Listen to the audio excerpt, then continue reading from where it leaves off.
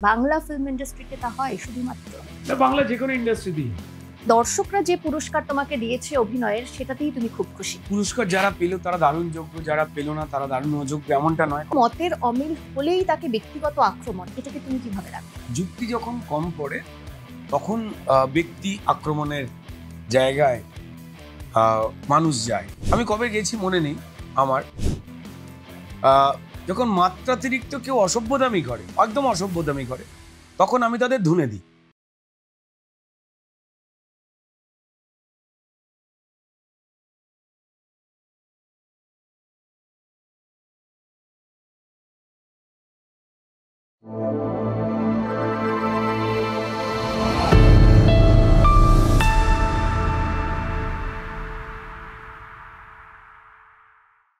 অভিনয়ের মাধ্যমে যার পরিচিতি সাধারণ মানুষের মধ্যে, তিনি এখন রাজনেতা হিসেবেও মানুষের মনের মধ্যে পৌঁছে গেছেন এবং বহু সিনেমায় যেমন তার নজরকাড়া অভিনয়, তার পাশাপাশি তার লেখা কবিতা, তার স্পষ্ট বক্তা হিসেবে পরিচিতি, সবটাই কিন্তু মানুষের মন ছুঁয়ে যায়।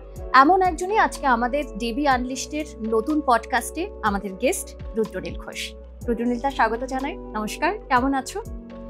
ভালো আছি আর ভালো থাকার চেষ্টা করছি। খুব ব্যস্ততা, তার মধ্যে তোমাকে পাওয়া গেছে ছোট্ট করে, কিন্তু যখন আমি তোমার সঙ্গে আমার টিমের কথা হচ্ছিল যে তুমি সময় করতে পেরেছো আসার জন্য, তখন থেকেই আমি ভাবছিলাম যে আমি রুদ্রনীলদার কোন কোন জায়গাগুলো প্রশ্নের মধ্যে রাখবো, কারণ বহু মানুষ তোমার অনেক ইন্টারভিউ দেখেছেন এবং অনেকটা তোমার কথা, তোমার ব্যক্তিগত জীবন, তোমার অভিনয় জীবন, তোমার রাজনৈতিক জীবন সবটাই জেনে গেছে।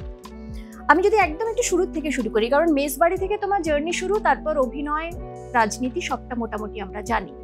একদম ছোটবেলা সেটা তোমার হাওড়াতে কেটেছে, তাই তো? ছোটবেলায় যখন তুমি বড় হচ্ছ, তখন স্বপ্ন কি নিয়ে এগোচ্ছিলে, কি হবে? তখন কি কখনো ইচ্ছে ছিল যে অভিনেতা হব না রাজনীতিবিদ হব? কোনো একটা ইচ্ছে ছিল? অনেক মানুষ আছেন তারা খুব গুণী, যারা নাকি ছোটবেলা থেকেই ঠিক করে নেয় তারা কি কি হবে। আমি যাদের চিনি তারা নাম করেছেন কিন্তু নিজেদের গুণী বলেন না। আচ্ছা। তো আমরা অধিকাংশই ছোটবেলা থেকে বাবা মা যা যা করতে বলে ঠিক তার উল্টো শয়তানিটা করতে চাই। যেটা করলে বাড়ির লোক ধাঁই ধাঁই করে ধোলাই দিত, আমরা সেটাই হতে চাইতাম। গাছে উঠে ফল টল পাড়া। এখন জমি টমি নেই চারদিকে, শহর কলকাতার আশপাশ, বা আমার তো বড় হাওড়াতে, সেখানেও একই রকম অবস্থা। কংক্রিট মাটি খেয়ে ফেলছে, হবেই, জনসংখ্যা বাড়ছে, আবার কারোর একটা ফ্ল্যাটে হচ্ছে না, 10টা চাই। তো যাই হোক না কেন, গাছে উঠে ফল পাকুড় পাড়া, পেয়ারা ফিয়ারা পাড়তে যাওয়া, এত্তার গাছে, আর অন্যের গাছের ফল পাড়তে গিয়ে গালাগাল খাওয়া, কে রে বলে চিৎকার, 4টে গালাগাল ভদ্র ভাষায়, এগুলোই করতে চাইতে হবে এবং বাড়িতে এসে ধাই ধাই করে চট থাপ্পড় খাওয়া। এটার মধ্যে একটা বিলাসিতা আছে। বাড়িতে মার খাচ্ছি এবং কারার ওই লৌহ কপার টাইপের আর কি, তারপর আমি আর একটা অন্য কিছু ভাববো। এই যে মন যেটা চায় সেটা হচ্ছে আমরা বাঁধন ছিঁড়তে চাই। ছোটবেলায় এটা সবার হয় যে বড় হলে বাড়িতে যে যে কাজগুলোতে আটকাচ্ছে সেগুলো করো। এবার বড় তালিকায় কি কি ছিল? যেখানে খুশি ঘুরতে যাব, কেউ কিছু বলবে না, যেটা পছন্দ হবে সেটা কিনে খাবো। তো এই যে ছোটবেলায় বন্ধুদের সঙ্গে বিরাট আড্ডা মারবো, বাড়ি কখন ফিরছিস, এগুলো থাকবে না। তো এই যে যা যা বাড়ির লোক বলে, অবশ্যই ভালোর জন্য বলে, কিন্তু সেগুলোর বিরুদ্ধাচারণ করে একটা শেকলহীন ভাবে ইচ্ছা মতো থাকা, এটাই সবাই চায়। তো তারপর বড় হয়ে কি হবে? বড় হয়ে বুড়ো হয়, এর বাইরে কিছু হয় না, ঠিক আছে? তো আর তারপর বড় হয়ে যাওয়ার পর যেটা দেখা যায়, ছোটবেলায় আমি যা যা চাইতাম সেগুলো কোথায় যেন সরে গিয়ে আর একটা ভাবনা চিন্তা চলে এসছে। দায়িত্ববোধ যেগুলো ছোটবেলায় ছিল না, তখন আমরা জানতামই না যে পরিবেশ দূষণের মতো আর একটা জিনিসে চেপে বসবে, যেটা দূষণের ঠিক উল্টো, দায়িত্ববোধ। আমি ভালো মানে, অনেকের হয় অনেকের হয় না, আমি ভালো মানে আমার ভালো থাকা মানে আমার আশপাশের লোকজনের ভালো থাকা। এবারে আশপাশের লোকজন একজন হবে না 10 জন হবে নাকি লক্ষ লক্ষ মানুষ হবে, এটা পার্সপেক্টিভ ঠিক করে। ছোটবেলা এগুলো থাকে না, আর বড় হয়ে যাওয়ার পর যখন সেই কাজগুলো করতে গিয়ে কখনো কখনো তো ক্লান্তি আসে, তখন মনে হয় আবার এই ছোটবেলায় ফিরে যাওয়াটাই খোকাবাবুর প্রত্যাবর্তনের মতোই একটা সারাক্ষণ মনের মধ্যে বিজ করে আর কি। এটা সবার কম বেশি। কিন্তু ছোটবেলায় থেকে যখন তুমি বড় হলে অভিনয় করবে এবং অভিনয়টা কেরিয়ার হিসেবে নেবে বা চেষ্টা করবে, সেটা কবে থেকে ভাবলে? অভিনয় কেরিয়ার এখনো কি? এখনো নয় না। তাহলে? একদমই না। যিনি পর্দায় অভিনয় করছেন, ছোট পর্দা, বড় পর্দা, ওয়েব, তার মানে কি তিনি অভিনেতা? আর যিনি ওই পর্দার সামনে দাঁড়াতে পারছে না, তিনি অভিনেতা নয়? সেটা নয়। তুমি কি তাহলে নিজেকে অভিনেতা মনে করো না? না, আমি চেষ্টা করছি অভিনেতা হওয়ার। It's a huge subject. আর দ্বিতীয় হচ্ছে যে আমি আমার অভিনয়টাকে বেচলে তবে আমি অভিনেতা নাকি? এবং প্রচুর মানুষ রয়েছে যাদেরকে আমাদের মতো বা আমাদের থেকে বেশি যারা স্টলওয়ার্ড হয়ে গেছেন, তাদের মতো কেউ চেনে না। তিনি হয়তো অভিনয়টা দেখেন, আমার অভিনয়টা দেখে মনে করেন এখানটা হয়নি, এটা আরো ভালো হতে পারে। কিন্তু সেই লোকটা স্ক্রিনে আসেনি বলে সেই লোকটা কম গুরুত্বপূর্ণ না। আরে ভাই, আমি বেঁচেছি পেট চালাবার জন্য, আমার ভালোবাসার কাজটাকে বেঁচেছি, আমার গানটাকে বেঁচেছি, আমার নাচটাকে বেঁচেছি। এরম প্রচুর মানুষ রয়েছেন যারা এগুলো আমাদের থেকে অনেক ভালো জানেন, যারা মানুষের ভালোবাসা পরিচিতি পেয়েছে। এর মধ্যে অন্যায় নেই। কিন্তু তিনি ক্যামেরার সামনে আসেননি বা মাইক্রোফোনের সামনে আসেননি, তার মানে তিনি গায়ক নয়, শিল্পী নয়, অভিনেতা নয়। ক্যামেরা বা মিডিয়ার সামনে চলে এলেই তিনি শিল্পী, এমনটা নয়। সো দ্য ফ্যাক্ট ইজ, আজকে জীবিকা আছে, কালকে নাও থাকতে পারে। তোমাকে প্রযোজক পরিচালকের হঠাৎ করে পছন্দ হওয়া বন্ধ হয়ে গেল, তোমার কাজ চলে গেল, তো তার মানে কি তুমি অভিনেতা নয়? এখন যেমন কোন একটা রাজনৈতিক প্রেসারে আমার কাছে কাজ কমে গেছে, আমায় যারা কাজ দেন, এটা আজকে থেকে না 5 বছর ধরে চলছে, তাদের কেউ বা কারা বকবে বা ঠ্যাং ভেঙে দেবে সেই ভয়তে তাদের চুরি জোচ্চুরি নিয়ে আমি গালাগাল দিই বলে তাদের হয়তো একটু খুশি করা, বা না দেখুন আমি কিন্তু ওসবের মধ্যে নেই, যারা আপনাকে গালাগাল করে তাকে আমি কিন্তু কাস্ট করছি না, এরা মুখে বলতে পারে না। তো তারা যে আমায় কাস্ট করছে না, তাতে আমি কি অভিনেতা নই? এটা কি তোমার অভিযোগ? না, অভিযোগ তো না, এটা সত্যি। বরং এটাকে দেখে জেনে যারা এড়িয়ে যায়, তারাই ক্রাইমটাকে অনেক বেশি করে প্রশ্রয় দিচ্ছে। এমনটা হওয়া উচিত না। সারা ভারতবর্ষে কোথাও হয় না। আমি যেখানে যেখানে কাজ করেছি, Hindi film industry, Tamil film industry, যেখানে যেখানে যতটুকু জানি আমরা, কখনো এটা হয় না। এটা হচ্ছে আমি বাড়তি ভালো থাকবার জন্য আমার বোধে, আমার শিক্ষা যেটা অন্যায়, আমি যেন সেটাকেই প্রশ্রয় দিয়ে ফেলছি নিজের একটু বাড়তি সুবিধের জন্য। এই ভাবনায় অনেকেই চলছে। আমি এটার মধ্যে অপরাধ খুঁজি না। দেশ স্বাধীন হয়েছিল, প্রচুর লোক ব্রিটিশের গুলি খেয়েছে, মার খেয়েছে, ঠিক আছে। সবার বাড়ি থেকে কি বেরিয়েছিল? সব বাবা মা কি ছেলেকে পাঠিয়েছিল দেশমাতৃকার যে শৃঙ্খল, সেটাকে ভেঙে চুরে দেবার জন্য? স্বাধীনতা দিবসে তো পতাকা সবাই তোলে, কিন্তু স্বাধীনতা পাওয়ার জন্য যারা যারা প্রাণ দিয়েছিল, তারা ছাড়া প্রচুর ছেলে মেয়ে তো বাড়ি থেকে বেরোয়নি। কিন্তু পতাকাটা যখন তোলা হয়েছে, তারা গিয়ে সবার আগে ফুল টুল নিয়ে পাঞ্জাবি শাড়ি টাড়ি পরে দাঁড়িয়ে গেছে। এটা অন্যায় নয়। হতে পারে সবার সাহস সমান হয় না, তো সাহস কারুর কম থাকা মানে সে অপরাধ করছে এমনটা নয়। কিন্তু সাহস থাকার পরেও যদি সে কোনো বাড়তি সুযোগ সুবিধে পাওয়ার জন্য কোনো অন্যায়কে প্রশ্রয় দেয়, মানে আমার থালাতে 10টা পদ আছে, বাঙালিরা আমরা খুব ইন্টারেস্টিং, আমরা কি সুন্দর মিথ্যে কথা বলি। জিজ্ঞেস করলে দুপুরবেলা যদি আমাকে জিজ্ঞেস করে যে কি খাচ্ছিস, ভাত খাচ্ছি। কি করবি এরপরে? ভাত খেতে যাবো রে। ভাতটা না পুরো অজুহাত মাত্র। এই যে ভাতের আশপাশে যে পদগুলো থাকে আমরা আসলে সেটাই খাই, ভাতটাকে একটু অজুভাত করে, মানে অজুহাত করে সেটাই খাই। তেমনই আর কি আমাদের হয়তো অনেকগুলো লাইফে আরো অনেকগুলো জিনিস আছে, আমরা নাম করেছি, প্রযোজক হতে পারে, পরিচালক হতে পারে, তাদের লাইফে অনেক স্বাচ্ছন্দ্য আছে, কিন্তু বাড়তি আরো স্বাচ্ছন্দ্য তার তো কোনো শেষ নেই। আমাদের সেলফি তোলা তো একটা ব্যায়াম। আমার বাড়ির যেখানে ফাটা দেওয়াল, আমি সেখানটা সেলফি দিই না। আমাদের প্রত্যেকটা বাড়িতেই আর কি বাথরুমের কলে যে কোনো একটা কল খারাপ আর ফোটা ফোটা জল পড়ে, সেটা লোককে দেখাই না। ঠিক, আমারও আছে, তোমারও আছে, বাকিদেরও আছে। তো যাই হোক না কেন, আমরা সেই দেওয়ালটারই ছবি দিই যে দেওয়ালটা ভালো আছে। আমরা এই লোকের কাছে জানান দিতে চাই যে আমি ভালো আছি। এটা কি লোক দেখানো? পুরোটাই অবভিয়াসলি। আমরা সাজুগুজ, পরিচ্ছন্নতা, আমার নিজের মনে হয় যে পরিচ্ছন্নতাটা আমাদের একান্ত ব্যক্তিগত, কিন্তু বাকি আমরা যখন সজ্জিত হই তখন সেটা অন্যকে বিচারক বানিয়ে নিজে কত নম্বর পেলাম সেটা তুলে ধরার জন্য সাজি। অলওয়েজ কি তাই?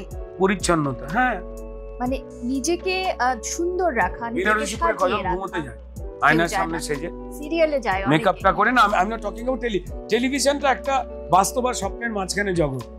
এই ধরো তুমি বা আমি যা যা সাজুগুজু করে এখানে রয়েছে, আমরা ঠিক এই পরেই শুতে যাই এরকম একদম নয়।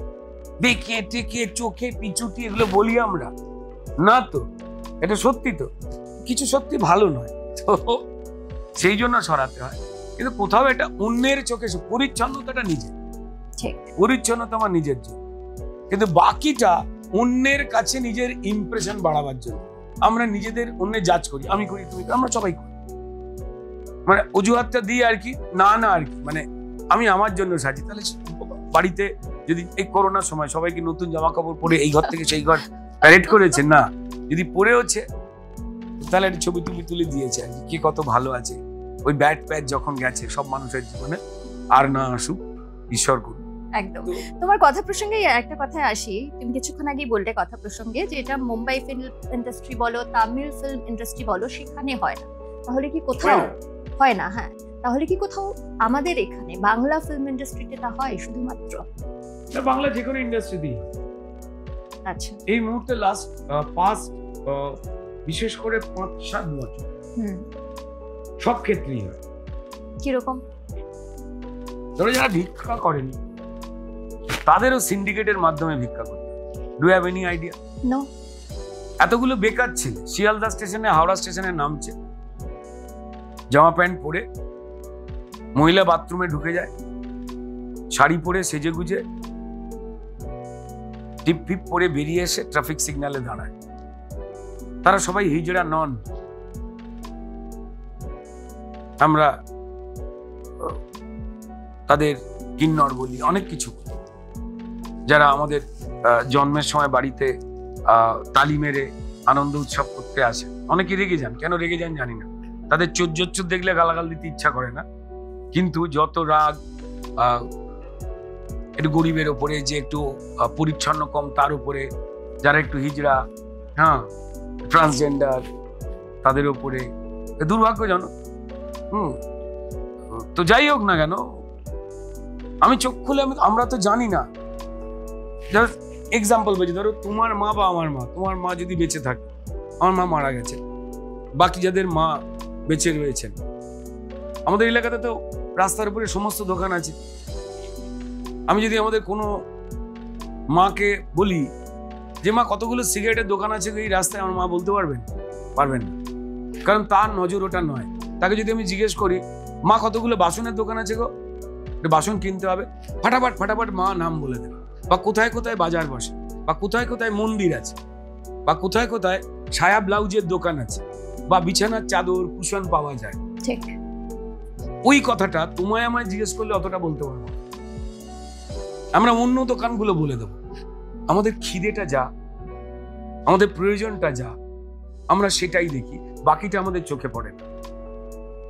ঠিক ছোটবেলায় যে কাজগুলোকে আমাদের অনেকেরই, এ মা এটা খারাপ, ছেলেদের সঙ্গে কথা বললো, তোমারও হয়েছে, একদম। হি ভয়েস ও মেয়েদের সঙ্গে হেসে হেসে কথা বলছিল ক্লাস 6-7, আমি এখনো 6-7 বলছি না। তারা কোনটাকে কিভাবে মানিয়ে নিয়েছেন সেটা কম জানি আমি এখন। They are much more mature, age বাড়বার আগে থেকেই তারা অনেক বেশি করে ম্যাচিওর হয়ে গেছে মেন্টালি। তো যার যেটা প্রয়োজন আমরা সেটা খুঁজে নিই, সেটা দেখতে পাই। যার যেটা প্রয়োজন নেই আমরা সেটা দেখতে পাই।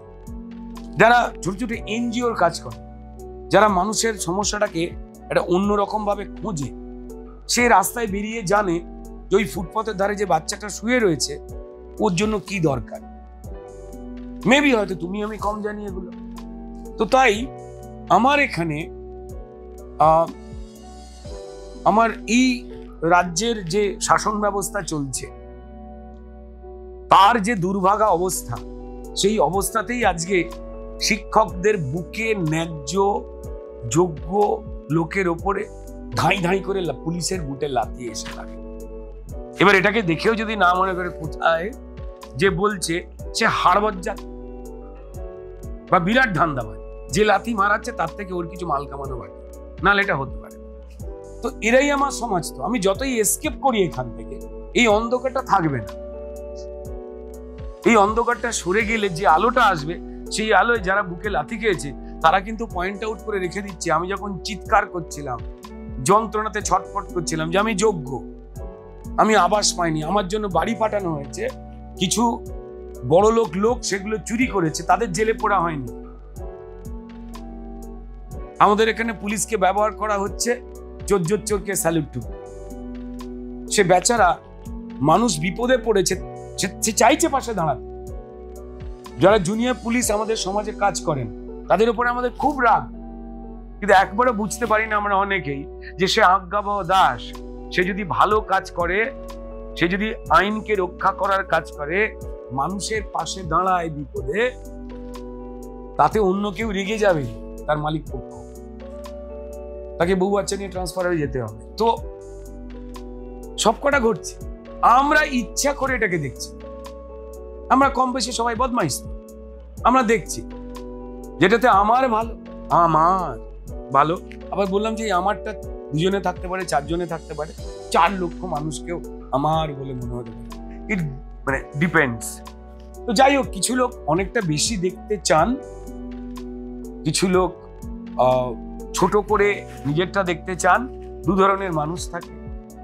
এবার যারা অনেকগুলো মানুষকে দেখতে পান, সেটা রাজনৈতিক ভাবেও দেখতে পেতে পারেন, অরাজনৈতিক ভাবেও দেখবার বন্দোবস্ত আছে। রাজনীতি পাকাপাকি ভাবে মানুষ কেমন থাকবে, কি ভাবে চলবে, যে নাগরিক যে স্বাচ্ছন্দ্যের দিকটা, সেইটাকে পুরোটা পাল্টাবে। এটা আমার দেশের বৈধ নিয়ম, গণতান্ত্রিক দেশ। কেউ বলেন ওই কাশ্মীর আজাদি ফাজাদি, কিছু লোক বল, বেসিক্যালি এরা দেশদ্রোহী, সরাসরি দেশদ্রোহী, তাদেরকে প্রশ্রয় দেওয়া হয়। এরকম প্রচুর রয়েছে, যাদবপুর মাধবপুরে কিছু লোক তো রয়েছে, দেওয়ালে লিখছে কাশ্মীর আজাদি, দেশ বিরোধী কথাবার্তা বলছে। পুলিশ ধরছে না কেন?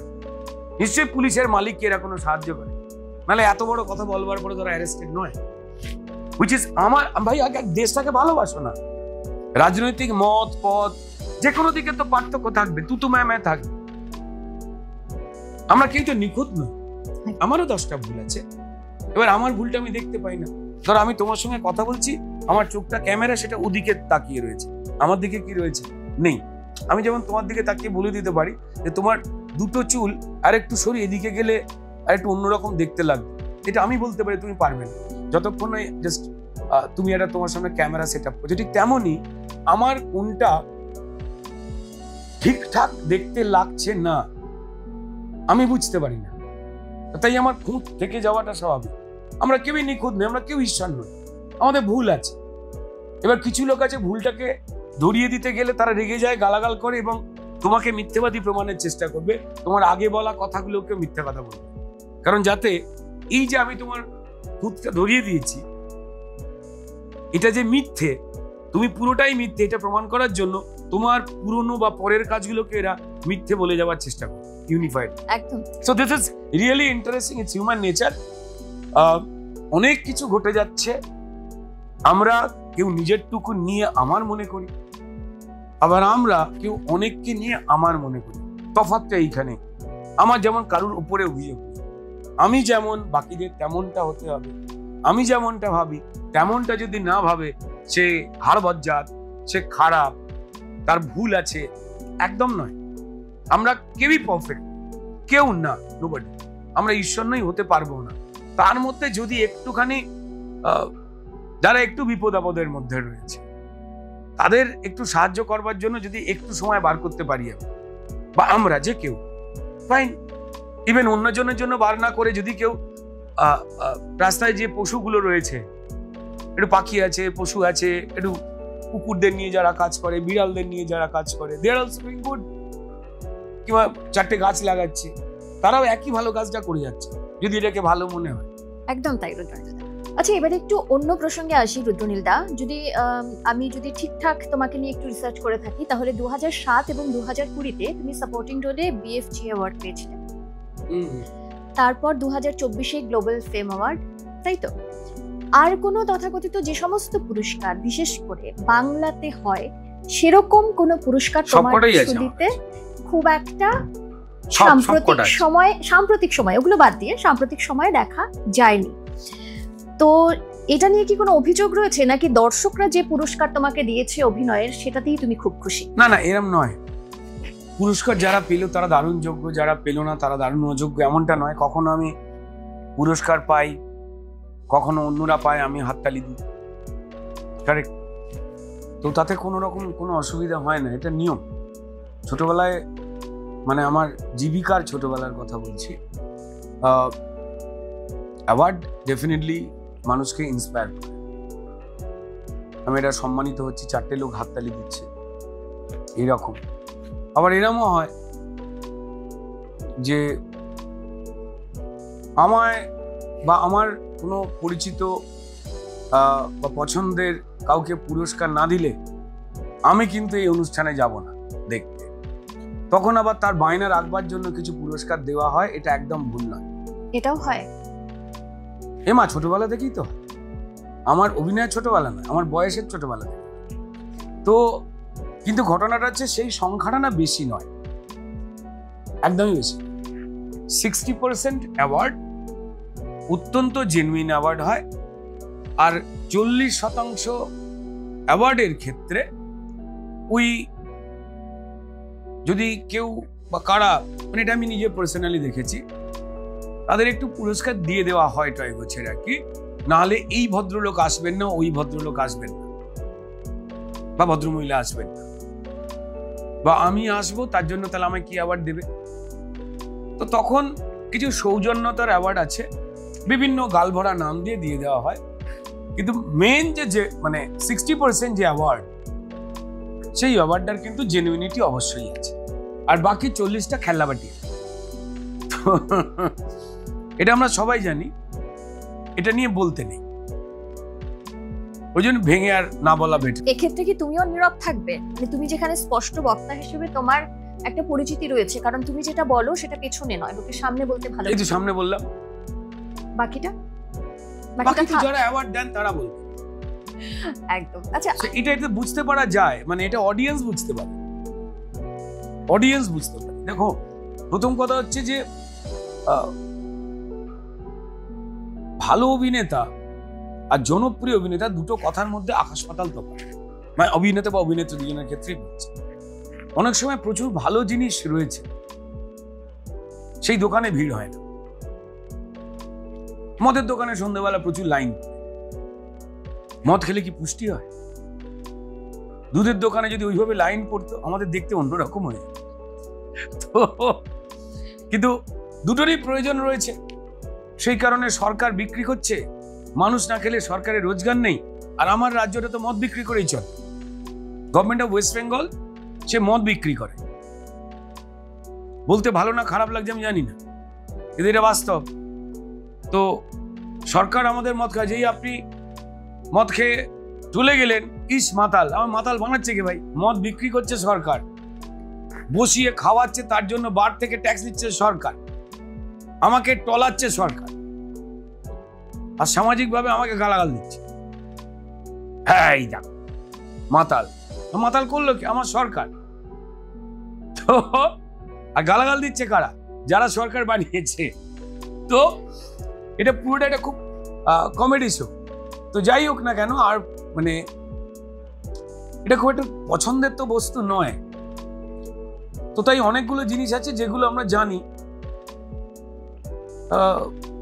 নতুন করে বলার আর দরকার নেই। এই ধরনের জিনিস হয় জানি, সমস্ত প্রফেশনেই রয়েছে, সমস্ত অফিসে আদালতে রয়েছে। তো আমার প্রফেশনটা সেখান থেকে বাদ যাবে কেন? আমার প্রফেশনে তো ঠিক নেই না। আজকে কাউকে মানুষ ভালোবেসে উপরে রেখে দিয়েছে, হঠাৎ করে কিছু অভিনেতা অভিনেত্রীর নাম যদি ঝলকে ওঠে, তো তার জন্য, তার মিলিয়ে যাওয়ার জন্য হঠাৎ সময়টাই অপেক্ষা করে থাকে। আর যে ধাপে ধাপে সিঁড়ি গুনে গুনে কষ্ট করে টেনে হিঁচড়ে ওঠে, তাকে লাথি মেরে ফেলে দিলেও সে যে কোনো একটা সিঁড়ির কোণ আঁকড়ে ধরে ঝুলতে থাকে, কারণ প্রত্যেকটা সিঁড়ির ধাপ কিন্তু সে জানে, তাদের লংজিভিটি অনেক বেশি হয়। তো যাই হোক না কেন, মানুষ পছন্দ পাল্টায়, কেমন অভিনেতা অভিনেত্রী পছন্দ, গান ধরন পছন্দ পাল্টায়, যোগ্য অযোগ্যের জায়গা চিরকাল থাকবে। জনপ্রিয়তা আর কোয়ালিটি, গুণ, এই দুটোর তফাৎ আছে। যাদের খুব গরম লাগে তাদের ইনস্টাগ্রামে ফলোয়ার বেশি, প্রচন্ড গরম লাগে সারাক্ষণ, তাই না? এবার যদি কেউ মানে জনপ্রিয়তা বাড়াতে যায়, তাকে আবার গরম লাগতেই হবে, এরকম একটা ব্যাপার। তো প্রসেনজিৎ চ্যাটার্জি, যে লোকটা আমাদের মানে লিভিং লেজেন্ড বা আইকন বা টিচার বলা যেতেই পারে, যে হাউ টু বি, যাকে ইন্ডাস্ট্রি পার্সন বলে, হয়ে ওঠা। তুমিও গুরু বলে মানো তাকে? হ্যাঁ, আমি যদি মানে মানুষের বাচ্চা হই তাহলে তোমাকে মানতে হবে। এরকম নয় যে আমি বলে দেবো যে তিনি ঈশ্বরের মতো 100% নিকট, হতে পারেন না। কিন্তু এই লোকটাই আঙুল দিয়ে প্রত্যেক মুহূর্তে শিখিয়ে যায়, যার কেউ পারলেন না আমাদের সময়। আর উত্তম বাবুদের তো আমরা দেখিনি, তারপরে আরো গুণী গুণী মানুষেরা ছিলেন প্রসেনজিৎ চ্যাটার্জির সঙ্গে। কিন্তু এই লোকটা আঙুল দিয়ে দেখিয়ে দেয় যে আমি যদি শুধুমাত্রই এই কাজটা মন দিয়ে করতে চাই, তো তাহলে আমাকে কি কি ভাবে সময়ের সঙ্গে সঙ্গে পাল্টাতে হবে, কোন জিনিসটাকে অগ্রাধিকার দিতে হবে, কোন সময়ে সাইলেন্ট থাকতে হবে। তারও কি যন্ত্রণা নেই, তারও কি হতাশা নেই, তার কি সবকটা কাজ সাকসেসফুল? এই আপ অ্যান্ড ডাউনটা তো থাকবেই। 6 বলে 6টা 6 তো কেউই মারতে পারে না। প্রবাদ প্রতিম ক্রিকেটের সুনীল গাভাস্করও পারেনি। আমি এখনের যারা বিরাট কোহলি ফোহলি রয়েছে, আমি তাদের কথা বলছি, সৌরভ গাঙ্গুলিদের কথা বলছি, আমি তার আগে থেকেই বলছি। তো ওই একটুখানি দেখে শিখে এগুলোকে নিয়ে চলা। তো যাই হোক, এটা সারাক্ষণ বোধহয় খেয়াল রাখা উচিত, যা জনপ্রিয় তাই দারুণ এমনটা নয়। যে খাবারটা খেতে ভাল লাগছে সেটা পুষ্টি নাও দিতে পারে, কিন্তু এই গ্রহণযোগ্যতাটাকে আমরা অস্বীকার করতে পারবো। হ্যাঁ, মানে আমি কাল থেকে, ধরো তুমি যে পোশাকটা পরে রয়েছো, সেই পোশাকটা আমি যদি পরে, ঠিক যে ধরনের তুমি সেজে রয়েছো, চুলটা বড় হওয়ার জন্য একটু অপেক্ষা করতে হবে, বা না হলে ধরো সময় দিতে হবে। আমি যদি এইভাবে কোন একটা ধরো নিজেকে সোশ্যাল মিডিয়ায় রিপ্রেজেন্ট করি, এই একই আমি এটাকে দেখবার জন্য না অনেক বেশি ফলোয়ার্স বাড়বে। ঘুম থেকে উঠে অনেকে গুনে আজ কতগুলো ফলোয়ার্স বাড়লো, এটা কেউ তার বিপদ আপদে থাকবে না, সেও জানে। তার যখন খারাপ হবে কোনো একটা, আমরা মানুষ, এটা কেউ আসবে না। বরং আমি যাদেরকে টেক্সট করি না, আমি যাদের খোঁজ রাখছি না, আমার বিপদ আপদ হলে, আমার পরিবারের কিছু হলে, সেই লোকগুলোই দৌড়ে আসবে। এরকম কজন মানুষ তোমার জীবনে রয়েছেন খুব কাছে, যাদেরকে তুমি কাউন্ট করতে পারো এনি সময়, মানে যে কোনো সময় তুমি তাদেরকে পাশে রাখার কথা, তাদের সঙ্গে হয়তো যোগাযোগ নেই, কিন্তু যে কোনো বিপদে তাদেরকে পাশে পেতে পারো, এরকম কারা রয়েছেন তোমার জীবনে? ফিল্ম ইন্ডাস্ট্রিতে বা এই ধরনের জায়গায় কাজ করতে এসে তো কিছু বন্ধুত্ব ধরো হয়েছে। এবার সেই বন্ধুত্ব হচ্ছে ম্যাক্সিমাম ধরো 4-5 জন বন্ধু। আচ্ছা, কারা? কাঞ্চন আছে, পরমব্রত আছে, রাজ আছে, ইন্দ্রদীপ দাশগুপ্ত আছে, ইন্দ্রনীল বলে একজন সাংবাদিক বন্ধু আছে, আরো কয়েকজন আছে, তারা হয়তো সেইভাবে কাজের জায়গায় পরিচয় পরিচিতি পাননি, তারা আছে। একজন আছে যে এখনো ট্যাক্সি চালায়, সে আছে। যখন ফ্রি টাইম আসে, মানে যারা আমাকে আঙুল তুলে আমায় গালাগাল করতে পারে জেনে। এখন লোকজনকে লোকজনের গালাগাল দেওয়াটা একটা ফ্যাশন হয়ে গেছে। সকাল বিকেল সে নিজে বাড়িতে খিস্তি খাচ্ছে না, অফিসে বসের কাছে রাম খাচ্ছে আর কি। এবার সেই রাগ মেটাবার জন্য জানে বউকে কিছু বলে ফোন অ্যান্টিট করে দেয়, জেল ফেল ঢুকে তরকারিতে নুন হয়নি কেন বলতে পারছে। এবার সে ঝাল মেটায় ফেসবুকে, ধর আমার নামে কিছু একটা বল, কেউ এটা লিখেছে, ও পুরোটা না পড়েই গালাগাল দিয়েছে। আমার মজা লাগে। ট্রোলিংটাকে তাহলে কিভাবে দেখো? ট্রোলিং তো কোনো কিছু, ট্রোলিং বেসিক্যালি হচ্ছে যারা সব থেকে বেশি ট্রোলড হওয়ার কথা কিন্তু তেমন পরিচয় পরিচিতি ভগবান তাদের করায়নি বলে সে তার নিজের ঝাল মেটাবার একটা চেষ্টাকে ট্রোল বলে। ট্রোল তো বেসিক্যালি ধরে নাও বিফলতার বহিঃপ্রকাশ। আমি যদি মন দিয়ে আমার কাজটা করি, আমার অন্য লোককে খিস্তি করে বেড়াবার সময় হবে, সমালোচনা করবার সময় হবে। যারা ট্রোল করছে তারা তাদের জীবনে কি কি করে ছড়িয়ে লাট করে এসছে এটা তো আমরা জানি না। নাম করে যাওয়াটা হয়ে গেছে অপরাধ। সে ক্রিকেটার হোক, খেলোয়াড় হোক, পলিটিশিয়ান হোক। এই যে পলিটিক্যাল লোকজনদের লোকে ধরা গালাগাল দেয়, আর সবার আগেই পলিটিক্যাল লোকজনদের যদি খারাপ করবার ক্ষেত্রে কেউ থাকে যারা গালাগাল দেয়, তারা সে বলে না না ওকে করে দেবে না, আমার বাড়ির সামনের গলিটা করে দিন, রাস্তাটা করে দিন, এটা পার্টির জন্য রেখে দিন। আপনার মতো লোক যেই চলে গেল, তা আমি যদি বলি যে কয়েকটা লোক মিলে তো এই কয়েকটা লোককে আমি এটাতে অভ্যস্ত করাচ্ছি, আমরা নিজেরা করি না। আমরা ছোটবেলা থেকে আমার বাড়ির সামনে যে রিক্সাওয়ালা রয়েছেন, ক্লান্ত হয়ে রোদ্দুরে শুয়ে রয়েছেন, তোমার আমার জীবনে বা আমাদের গল্প যারা শুনছেন তাদেরও প্রচুর লোকের প্রচুর অভিজ্ঞতা রয়েছে, তারা মেলাতে পারবে। আমার বাবা আমাকে কোনদিন শিখিয়েছে এটা।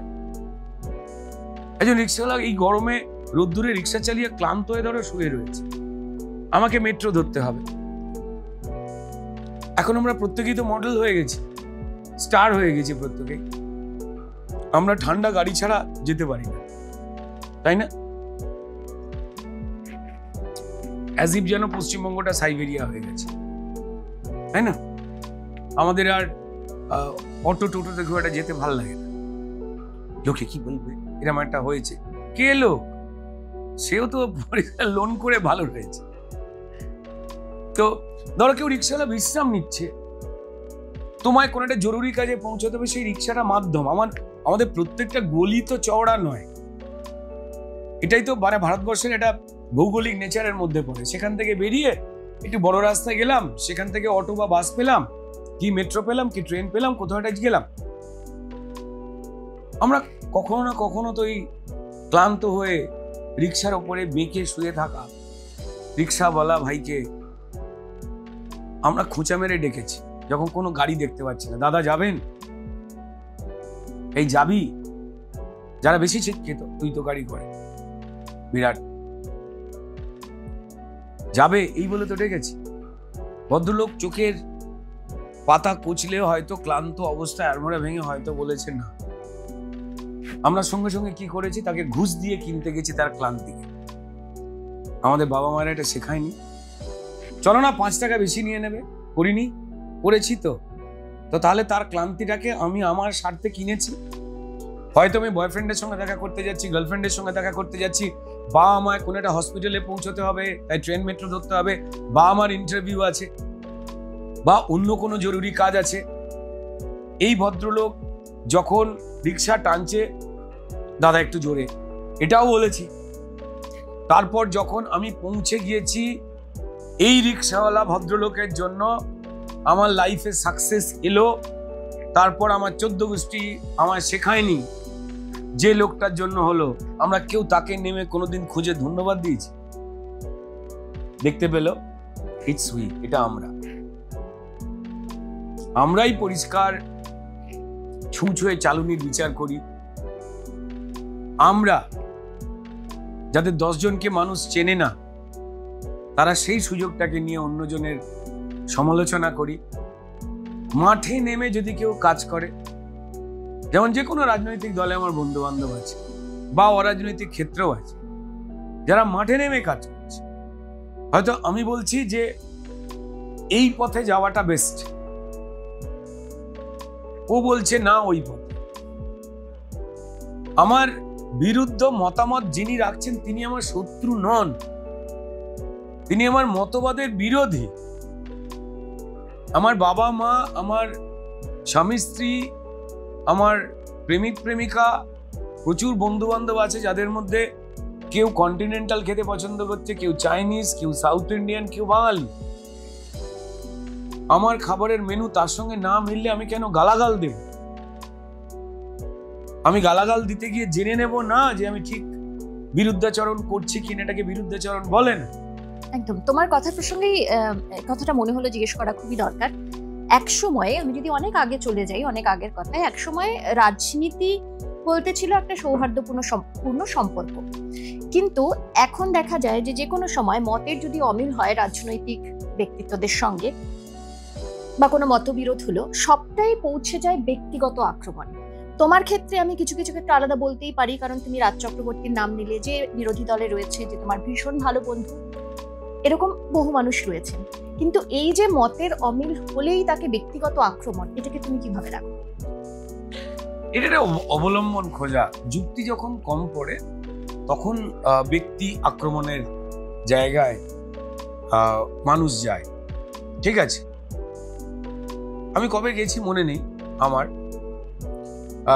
যখন মাত্রাতিরিক্ত কেউ অসভ্যতামি করে, একদম অসভ্যতামি করে, তখন আমি তাদের ধুনে দিই। আদারওয়াইজ আমি ব্যক্তি আক্রমণটাকে অ্যাভয়েড করি। কারণ এটা যদি কোনো রাজনৈতিক মতবাদের ক্ষেত্রে হয়, কেমন এটা তো রাস্তা, তুমি কোথা থেকে গিয়ে কোথায় পৌঁছবে সবাই বলবে তার নিজের মতো করে যে আমার রাস্তাটা বেশ, তার কারণ হচ্ছে এটা এটা এটা। আবার কেউ বলবে আমার রাস্তা বেশ, কারণ এটা এটা এটা। এরকম প্রত্যেকটা তারাই বলবে। এবার সেই ব্যক্তিকে আক্রমণ করে অ্যাকচুয়ালি কোনো লাভ নেই, কারণ সে রাস্তার কথাটা বলছে।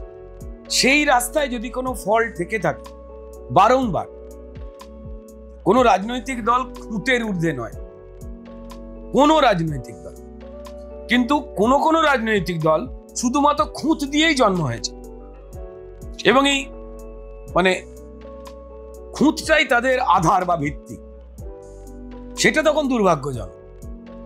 তো এগুলো থেকে বেরোবার চেষ্টা করতে হয়, বাট সেই ধরনের আক্রমণে খুব একটা বেশি আক্রমণ করাও কিন্তু অ্যাকচুয়ালি হয় না। আমাকে ভাঙতে, আমায়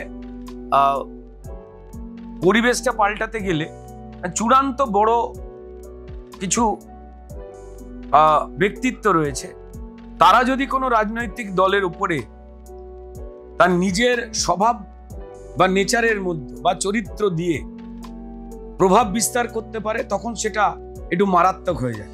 কিন্তু যখন এরকম কিছু দল আছে যারা ব্যক্তি নির্ভর, ব্যক্তির শরীর খারাপ হয়ে গেল, দল ঘুমিয়ে পড়লো, ব্যক্তি জেলে চলে গেল, দল শেষ হয়ে গেল, ব্যক্তি মারা গেলেন, দল উঠে গেল, এটা ব্যক্তি নির্ভর দলের ক্ষেত্রে হয়।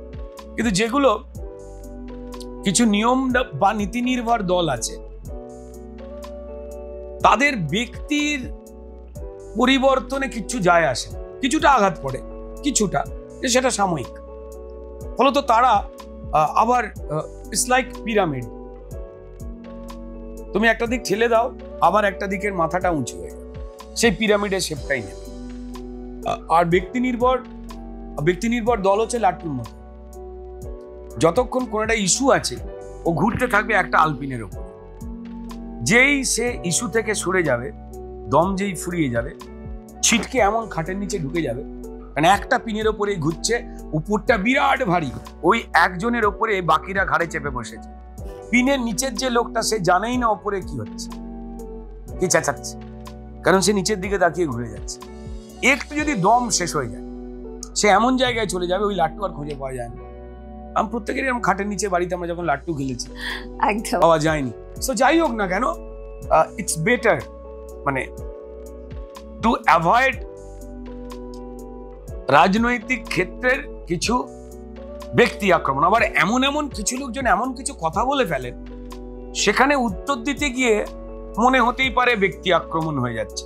সেটা ব্যক্তি আক্রমণ না, ওই ভদ্রলোক বা ভদ্রমহিলার রুচির বিরুদ্ধে কথা বলে, যেটাকে তার দল সেটাকে অনুমোদন করেছে এই খারাপ ব্যবহারটা করে, কারণ তারা আটকাচ্ছে না। আমার মনে আছে যে কোন একজন পাষণ্ড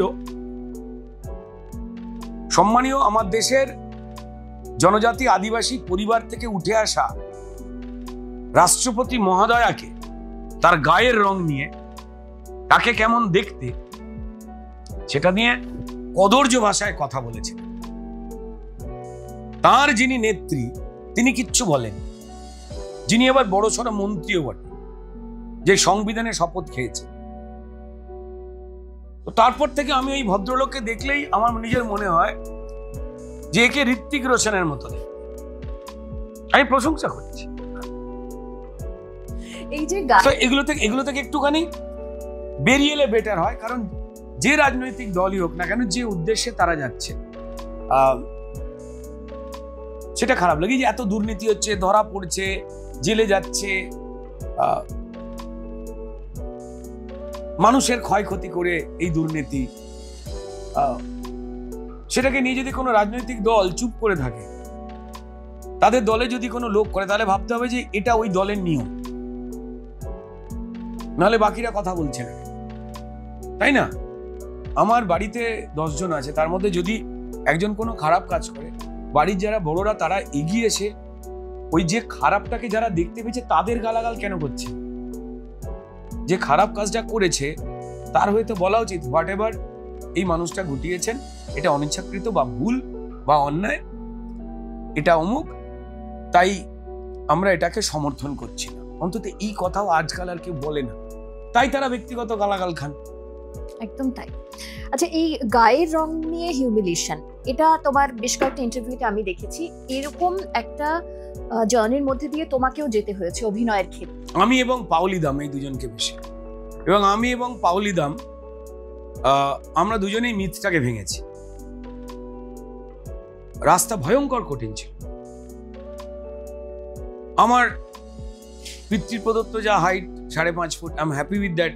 আমার কখনো কোনোদিন মনে হয়নি যে আমাকে রাস্তায় দাঁড়িয়ে ল্যাম্পপোস্টে বাল্ব পাল্টাতে হবে, তাই আমায় প্রচুর লম্বা হওয়ার দরকার। বরং আমার মনে হয়েছে যে আমাদের জন্যই তো মিনি বাসের আবিষ্কার হয়েছে, তাই না? আর পৃথিবীতে বিদ্যাসাগরের মতো লোক, যে লোকটা না থাকলে অক্ষর জ্ঞানটাই জানতে পারতাম না, তিনি বা তারা বা চার্লি চ্যাপলিন আমার অভিনয় জগৎ, আরো প্রচুর বিখ্যাত বিখ্যাত লোক আছে। যাই হোক, এটা কোনো ম্যাটার নয়। মানুষ মোটা হবে, রোগা হবে, ফর্সা হবে, কালো হবে, এটাতে ডিমেন্ড করার কোনো কিছু নেই। বেশ করেছে, ও মোটা আমি নাটা, তো কি হলো? তো এগুলো নিয়ে পাওলি ভয়ঙ্কর কষ্ট করেছে। যখন কোনো একটা সুযোগ পেয়ে আমরা যখন জনপ্রিয় হলাম, মানে মানুষ এই সমর্থনটা করলো, এটা ইন্ডাস্ট্রির হ্যাবিট ছিল, মানুষ বোধহয় এরম চায়। আচ্ছা, যে দেশে একটা তো মিক্সড চেহারা দেশ, ভৌগোলিক কারণ, আরো অনেক নানাবিধ ঐতিহাসিক কারণও আছে। বিভিন্ন দেশে তুমি দেখবে যে লোকজন একটা ঘরে 10টা লোক আড্ডা মারলে 2 ধরনের চেহারার লোক হয়, খুব একটা বেশি তফাৎ থাকে না। আমরা মোটামুটি দেখে চিনতে পারি যে এটা কোন কোন দেশে, মোটামুটি। হ্যাঁ, হয়তো একটু ওই কোনজন আমেরিকার, কোনজন ব্রিটিশ, এটা হয়তো একটু গুলিয়ে যায়, কিন্তু আবার একটু পরে তুমি বুঝতে পেরে যাবে, ঠিক আছে? যেমন ধরো, যারা আফ্রিকান কান্ট্রির মানুষ, যারা চীন জাপান, তাদের চোখ নাকের গড়ন যেরকম হয়, বা আমাদের পাহাড়েও কিছু মানুষ রয়েছেন, কেন তারা ওই রকম আর কেন এরা এই রকম, আমরা এই পড়াশোনাটা করিনি। কিন্তু আমাদের দেশে দেখবে 10টা লোক আড্ডা মারতে গেলে 10 জনের গায়ের রং আর নাকের ডিজাইন আলাদা, মানে অপূর্ব একটা, তার পিছনে অনেক ইতিহাস রয়েছে, ইন্টারেস্টিং। যে দেশে অধিকাংশ মানুষের গায়ের রং হয় কালো বা মাজা মাজা, সেই দেশের কিছু মাতব্বর মনে করেছে সিনেমার চরিত্র করেছিল এমন এমন হবে, এইরাম চেহারার হবে। আসলে আমাদের 200 বছর ধরে এই যে ব্রিটিশ যে আড়ন্দোলাই দিয়েছে না, আমরা ভেবেছি ওরা আমাদের কমেন্ট করতো। তো মেবি আমার মনে হয় যে 200 বছর ধরে যারা আমাদের কমেন্ট করতো, তারা করে কথাবার্তা বলতো ইংরাজি, তারা বিরাট লম্বা ছিল, নাক টিকালো ছিল, তাই আমরা হিরো খুঁজতাম যে কমেন্ট করবে, যে আমায় 200 বছর ধরে মারধর করেছে, ধোলাই দিয়েছে বা নির্দেশ দিয়েছে, তার মতো হবে। নাহলে এই চেহারা খুঁজবার মানেটা কি? বরং এই চেহারার লোক তো কম আছে, বরং যারা বেশি আমার মাটি, সেই চেহারা খোঁজা হয়নি। তো যাই হোক, আমি পাউলিদাম আমরা ওই কাছাকাছি সময়তেই মানুষের দ্বারা চিহ্নিত হই আলাদা করে। ইন্ডাস্ট্রি এমন ভাবেনি, মানে কোনো একটা ফাঁক তালে আমাদের ওই লড়াইতে ছিলাম বলে সুযোগ হয়ে গেছে, মানুষ সমর্থন জানিয়েছেন, তাই আমাদের লোকে 4টে লোক চেনে। মানুষ সমর্থন না জানালে এই ঘটনা ঘটতো না। তারপর যখন মানুষের সমর্থন পেয়ে গেলাম, তখন নিয়মটা পাল্টানো শুরু করলো। তো ফলত যাদের গায়ের রং আর টুকটুকে নয়, আচ্ছা কেউ ফর্সা হয়তো অপরাধ করেনি, বা কেউ মাজা মাজা বা কালো হয়তো অপরাধ করেনি, কেউ লম্বা বেটে হয়ে কেউ বিরাট পুণ্য করেনি, কেউ বিরাট পাপ করে ফেলে। এটা আমাদের নিজস্ব কিছু লোকের মানসিকতা, যারা নির্বাচন করে। আমার কাছে সৌন্দর্যের সংজ্ঞা কি, সেটাকে দিয়ে যদি আমি মানুষ কোনটা ভালোবাসবে এইটা ব্যক্তিগতভাবে বিচার করতে চাই, তখন কিন্তু একটা ফল্ট হয়। আমার নিজের মনে হচ্ছে আমাদের প্রফেশনে মানুষের পছন্দটাকে সবার আগে জানতে হবে, মানুষের সঙ্গে মিশে জানতে হবে। আমাদের পরিচালকরা, আমার নিজের এই ক্ষেত্রে জায়গায় মনে কোনো একটা উইকনেস চলে আসে, অনেক পরিচালকই আসে, তারা বড্ড আমরা নিজেদের মধ্যে মেলামেশা করি, ফলত কমন পিপুলের সঙ্গে মিশি না। আবার এটাও সত্যি সমস্যা, সে মিশতে চাইলেও আজকের দিনে যেহেতু এত নিউজ মিডিয়া চলে এসছে, ফলত লোকটাকে লোকে চিনে গেছে, এবং যেহেতু তার কাজকে ভালোবাসে, ফলত তার উপরে আগ্রহ বেশি। তাই সে যদি কমন জগৎকে দেখতেও যায়, সে আর নিজের মতো দেখে উঠতে পারে না। এটাও একটা প্রবলেম হয়। একদম তাই। ওই আছে কয়েকজনের জায়গা, রজতাভ দত্ত, তার নাম না বললেও নয়, খরাজ মুখার্জি, এই চেহারাগুলো স্টলওয়ার্ড অ্যাক্টরদের আমি নাম বলছি। মানে বম্বে তো এত ভ্যারাইটি অ্যাক্টর কত পাওয়া যায়, বাংলার মতো এত পাওয়া যায় কিনা আমার তো একটু ডাউট আছে। একদম তাই।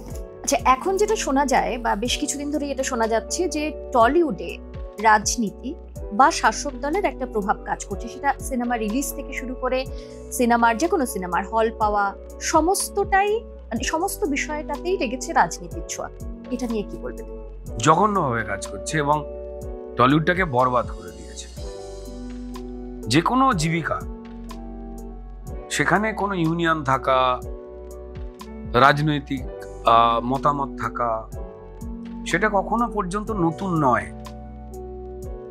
কিন্তু রাজনৈতিক আগ্রাসনে নিজের লোককে পাইয়ে দেব, নিজের লোককে পাইয়ে দেওয়ার বিনিময়ে সেখান থেকে কাটস খাবো, কাটমানি, এটা এই রাজ্যে আমাদের রাজ্য সরকার আহ্লাদিত একটা শিল্প। কেমন সেই সর্বনাশ ঘটেছে।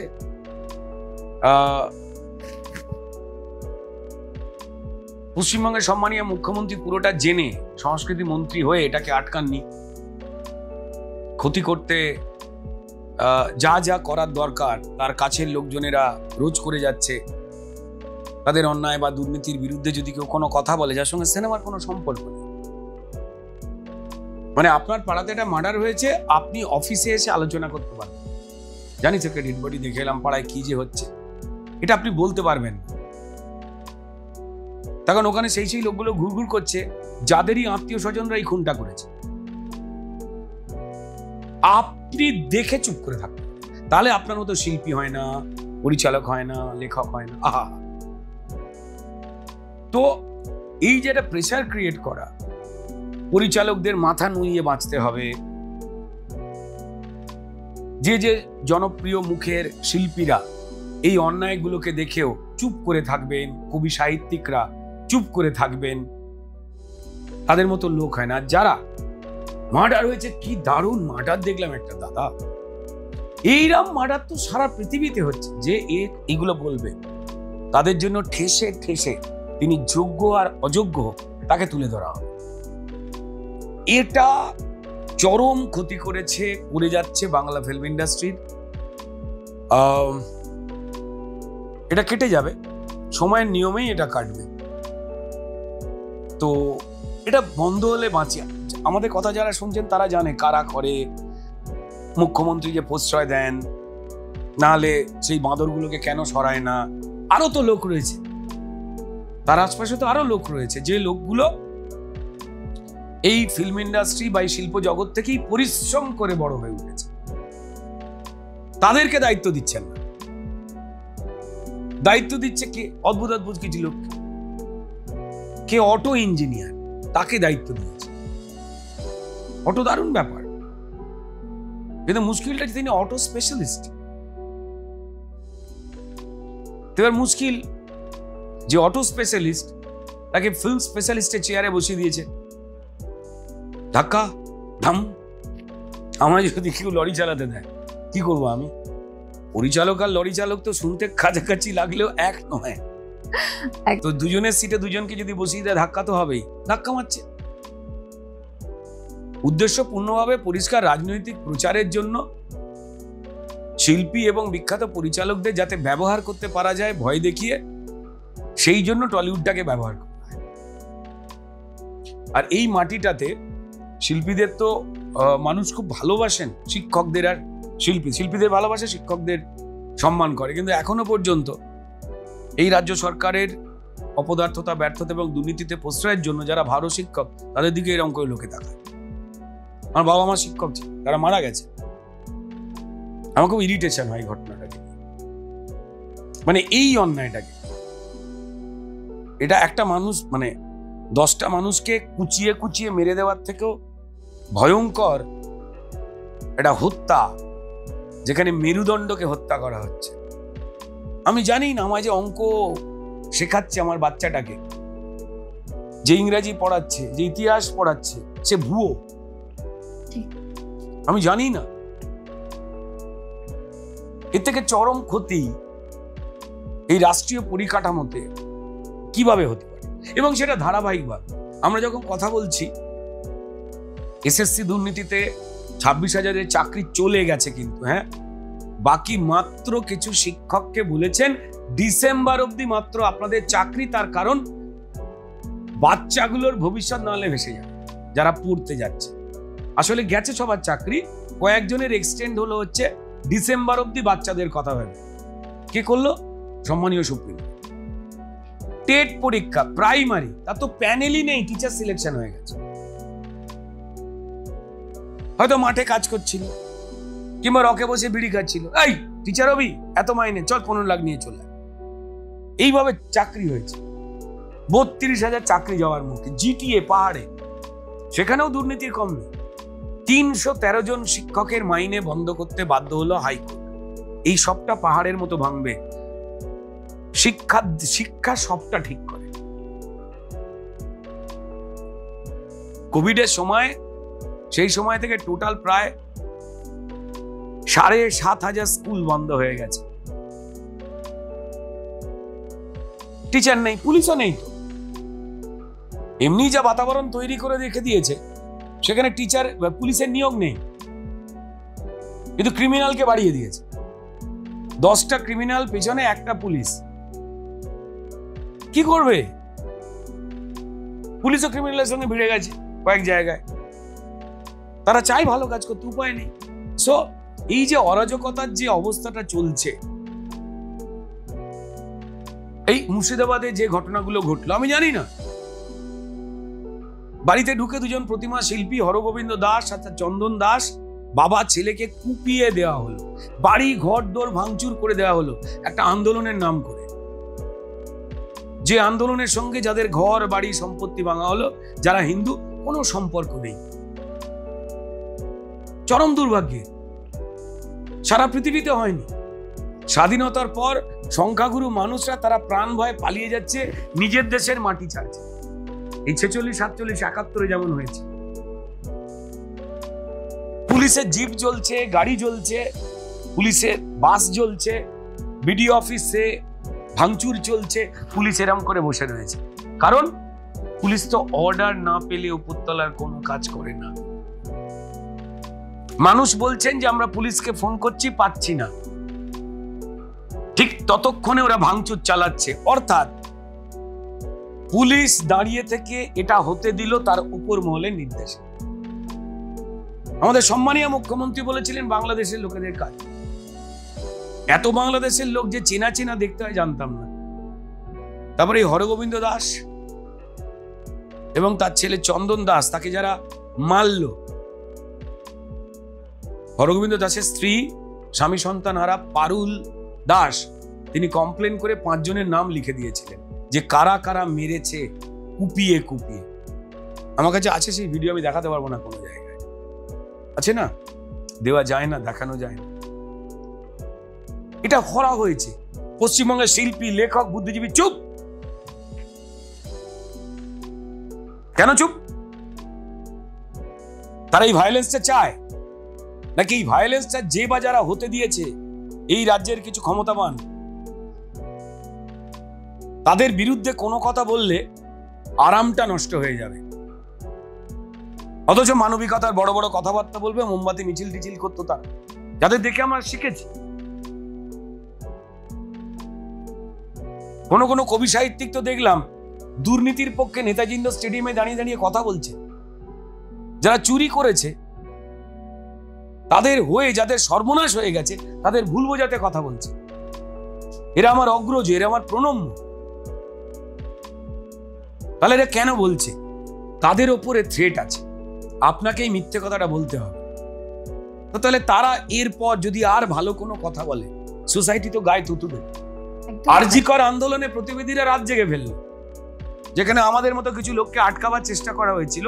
কয়েকজন শিল্পী শুধু সেখানে যাবে, কিছু কিছু চ্যানেল দায়িত্ব নিয়ে নিয়েছিল, এরাই সেই শিল্পী যারা মানবিকতার পক্ষে।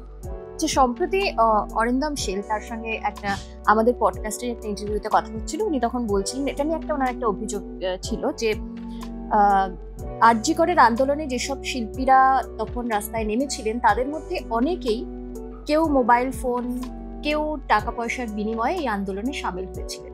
এরকম একটা প্রসঙ্গ উনি তুলেছিলেন। তারপরে টলিউডের অন্তরে অনেকেই অনেক রকম মত পোষণ করছেন। তুমি কি বলবে এটা নিয়ে? হতে পারে অরিন্দম শীল তো সেই ভিড়ের মধ্যে ছিলেন। অরিন্দম শীল বলতে পারবেন কত টাকা দেওয়া হয়েছিল, কোন মোবাইল দেওয়া হয়েছিল।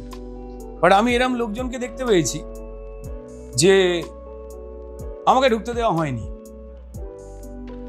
কারণ পরিষ্কার বুঝতে পারছিলাম যে 2-3টে রাজনৈতিক দল মিলে একটা প্ল্যান করেছে আন্দোলনটাকে অন্যদিকে ঘুরিয়ে দেওয়ার। আসল যিনি চক্রান্তকারী ব্যক্তি, তার নামের বিরুদ্ধে কোনো স্লোগান দেওয়া যাবে না, তাই এই পুরো সাজিশটা তৈরি হয়েছে, যার মধ্যে জুনিয়র ডাক্তারদের একাংশ বিরাট বড় ইনভলভ। এরাই কয়েক বছর ধরে এই কলেজগুলোতে বাম এবং অতিবাম ছাত্র রাজনীতি করে গেছে। অথচ যখন মিডিয়ার সামনে এসেছে এই 3-4 জন, তারা নিজেদের অরাজনৈতিক বলে পরিচয় দিয়েছে। কি করে হয়? এবং তারা পার্টিকুলার, আমি যে দল করি বিজেপি, সেটাকে আটকাবার চেষ্টা করেছে। কারণ বিজেপি সরাসরি এই ক্রাইম অর্গানাইজ যিনি করেছেন, যাদের এই বিলক্ষণ বাম এবং অতিবাম যারা বাঁচাতে চাইছে, তাদের বিরুদ্ধে গিয়ে সত্যের পক্ষে সেই স্লোগানটা আমরা দিচ্ছিলাম। আমি তো টানা আন্দোলনে ছিলাম, টানা, রাজনৈতিক বা সামাজিক। আমি জানি ওখানে নোংরামি হচ্ছে। আরে ভাই, তোমরা নাকি এত বিপ্লবী, তোমরা নাকি এত সৎ, তোমরা নাকি এত দারুণ জুনিয়র ডাক্তার লিডার যে তোমাদের অনেস্টি প্রমাণ করবার জন্য তোমাদের বন্ধুকে প্রাণ দিতে হলো। তারপর তোমরা ভদ্রলোকের ছেলে বিবেক আছে এটা সমাজ জানতে পারল। যে লোকটার নামে অভিযোগ এই আরজিকর হাসপাতালে সন্দীপ ঘোষ এবং অন্যান্য, তারা যে খারাপ তোমরা তো তাহলে আগে থেকেই জানতে। ডাক্তারি পড়ে তারপর হাউস স্টাফশিপ হতে প্রায় তো 5-7 বছর কেটে যায়। 5-7 বছর তো ঘটনাগুলো ঘটতো, তখন তোমরা চুপ করেছিলে। যেই বন্ধু মরে গেল সঙ্গে সঙ্গে সৎ হয়ে রাস্তায় নামলে। তারপর কত কোটি টাকার হিসেব পিছেও আমি হিসাব নিয়ে কথা বলতে চাই না। চাঁদা উঠতেই পারে, কিন্তু কিভাবে চাঁদাগুলো উঠেছে, কি খাতে খরচ হয়েছে, সেখান থেকেই সদিচ্ছা। আর হঠাৎ হঠাৎ সেই লোকজনদের দেখেছিলাম শিল্পী বলে প্রচুর চ্যানেল প্রচার করছে, যারা সিপিএম এর মিছিলে গিয়ে সিপিএম এর প্রচার করত, তাদেরকেই শিল্পী বলে প্রচুর চ্যানেল প্রচার করেছে। That was A plan, that was an event. একটা অনেস্ট আন্দোলন, যেখানে একটা বড় অংশের জুনিয়র ডাক্তার যারা সত্যিকারেরই এই আন্দোলনটাকে মানুষের সঙ্গে সম্পৃক্ত করে বড় করতে চেয়েছিল, তাদেরকে সরিয়ে দেওয়া হয়ে এই 3-4 জনকে তুলে ধরা হয়েছে। এবং কিছু চ্যানেল তাদের স্টার বানাবার চেষ্টা করেছে, তাদের ব্যাকগ্রাউন্ড চেক করেনি, বা চেক করে থাকলেও সেটা ওপেন করেনি, যেহেতু অমুক বামপন্থী বা অতিবাম। অতিবাম মানে কারা? Ultra left. তারা কারা? যারা বিশ্বাস করে গুলি বন্দুক দিয়ে দেশের পার্লামেন্ট দখল করব, নেতা মারবো, মন্ত্রী মারবো, পুলিশ মারবো, জওয়ান মারবো, এমনকি মানুষও মারবো। যারা যাদবপুরের দেওয়ালে লেখে যে কাশ্মীর মাঙ্গে আজাদি, তাদের দেখিনি আরজি করের আন্দোলনে? হঠাৎ করে সেই অভিনেতা অভিনেত্রীরা কবে নামলো, কবে কেঁদেছে এরা মানুষের জন্য?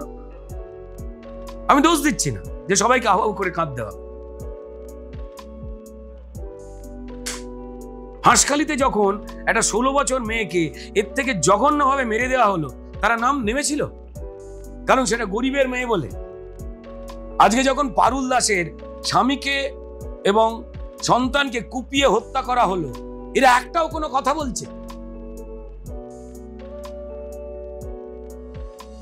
এরা যদি নিজেদের এইভাবে ছোট করতে চান, এই যে এতগুলো ছেলে মেয়ে, শিক্ষক, গান্ধী মূর্তি আর মাতঙ্গিনী হাজরা মূর্তির পাদদেশে কেঁদে কেঁদে হিন্দু মুসলমান সব শিক্ষিত ছেলেমেয়েরা কাঁদছে, এরা একদিনও গেছে? এই সব কটা জায়গায় আমি গেছি, আমার মতো আরো কিছু লোক গেছে।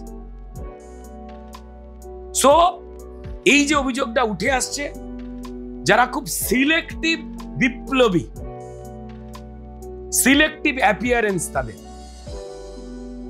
দেয়ার মাস্ট বি সামথিং, কিছু থাকতে পারে। ছবির নাম হতেই পারে দেনা পাওনা, আই ডোন্ট নো। আচ্ছা, আরেকটা বিষয়, যখন তুমি তৃণমূল ছেড়ে বিজেপিতে গেলে, তারপরে তোমাকে অনেক অভিযোগ শুনতে হয়েছে যে তুমি দল বদলু, তুমি সুবিধাবাদী, এবং সেটাকে তুমি তোমার মতন করে বেশ কয়েকবার নানানভাবে তুমি জাস্টিফাই করেছো, তুমি উত্তর দিয়েছো। কিন্তু তখন এই যে সুবিধাবাদী কথাটা শোনা, দল বদলু কথাটা শোনা, কখনো নিজের মনে কষ্ট হয়েছে? কারণ কি কারণে তুমি গেছো সেটা তুমি বহুবার বলেছো, কিন্তু নিজের মনের মধ্যে কোথাও কি সেটা কষ্ট হয়েছে কখনো? হ্যাঁ, কষ্ট তো অবশ্যই হয়েছে যারা বলছে তাদের জন্য। কারণ তারা যারা বলতো এই কথাগুলো, আমি জানতাম ঠিক কদিন পর তারা আমায় সমর্থন করতে বাধ্য হবে সেই সময়টা, এবং তাদের মধ্যে অর্ধেক লোক তো সমর্থনের হাত তুলেই দিয়েছে। আমি যা যা বলছি সেগুলো ঠিক বলেই দিয়েছে।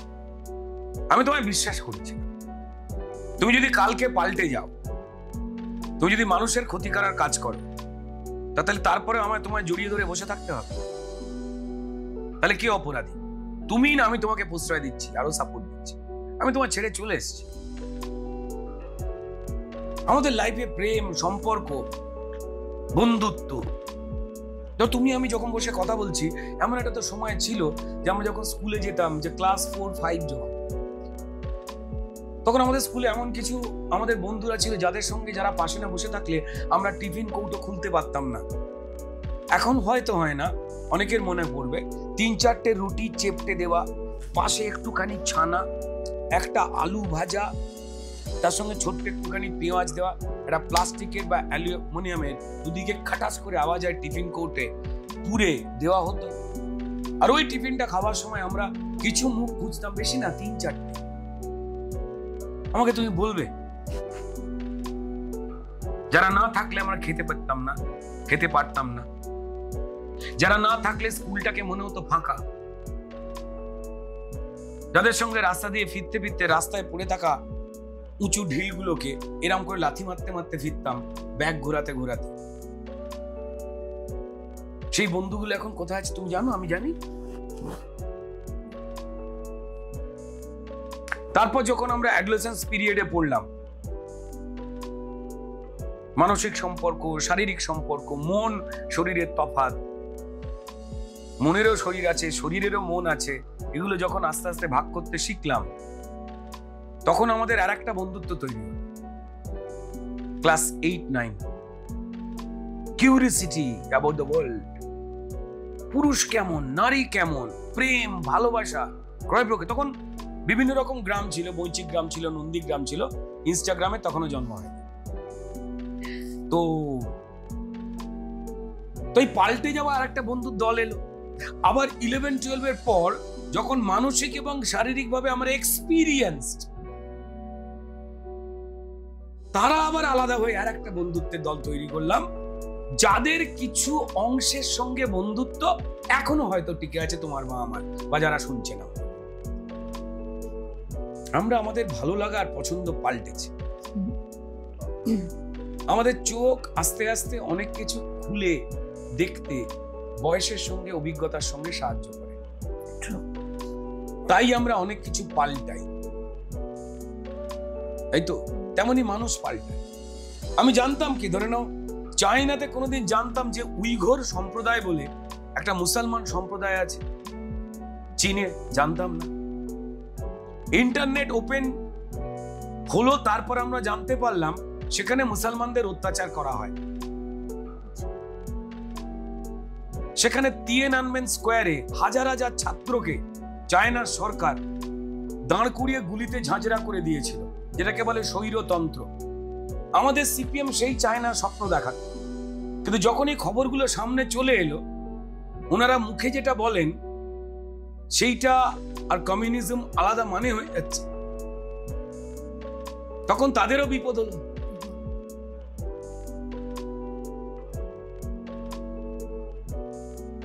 তো যাই হোক, আমরা পাল্টেছি বস। তুমি তোমার চরিত্র চেঞ্জ করেছো। তুমি আমাকে বলেছিলে, ধরো আমি এখানে এসেছি, এখানে সুন্দর সুন্দর ধরো আসবাব রয়েছে, ধরো এই ক্যাবিনেটের ড্রয়ারের ভেতরে গাঁজা রাখা আছে কিনা আমি জানি, বা হেরোইন বা একটা বন্দুক জানি না। আমি তো এখানে 2 ঘন্টা কাটাচ্ছি, আমি জানবো কি করে? যখন ড্রয়ারটা টানলাম, যখন আমি দেখলাম, তখন বুঝলাম আচ্ছা, তার মানে এটা বেসিক্যালি দিখাওয়া। জানতে সময় লাগে না? লাগে না? সিম্পল লাগে। ঠিক তেমন জনগণেরও লেগেছে। পশ্চিমবঙ্গের মানুষও তার ভোট পাল্টেছে, মতামত পাল্টেছে, তাই সরকারগুলো পাল্টাতে পাল্টাতে এসেছে। একদম, ইটস কোয়াইট অবভিয়াস। আমি যাকে বিশ্বাস করেছিলাম সে পাল্টে গেছে। আমি আমার যে প্রেমিককে জড়িয়ে ধরে চুমু খেতাম, তার গায়েতে ঘামের গন্ধ, পরিশ্রমের গন্ধ, আমি জানি সে চাকরি খুঁজছে, আমি জানি সে পরিশ্রম করছে, কিন্তু আমার তাকে জড়িয়ে ধরে চুমু খেতে ভালো লাগতো, কারণ তার মধ্যে সেই সততা রয়েছে। তারপর হঠাৎ একদিন চুমু খেতে গিয়ে দেখলাম কোমরের সামনে খোঁচা, দেখলাম একটা পিস্তল। আমি সেই প্রেমটা কন্টিনিউ করবো? করিনি, বেশ করেছি। আচ্ছা, এবারে একটু অন্য প্রসঙ্গে চলে আসি, কারণ যদি কখনো সুযোগ আসে ইন ফিউচার যে এই রাজ্যে শাসক দলে বিজেপি, এবং সেখানে তুমি গুরুত্বপূর্ণ একটা পদে রয়েছো, আমরা ধরে নিতে পারি তুমি মুখ্যমন্ত্রীর আসনে রয়েছো, কি কি পরিবর্তন করতে চাইবে বা আনতে চাইবে রাজ্যে? আমি যদি মুখ্যমন্ত্রী হই,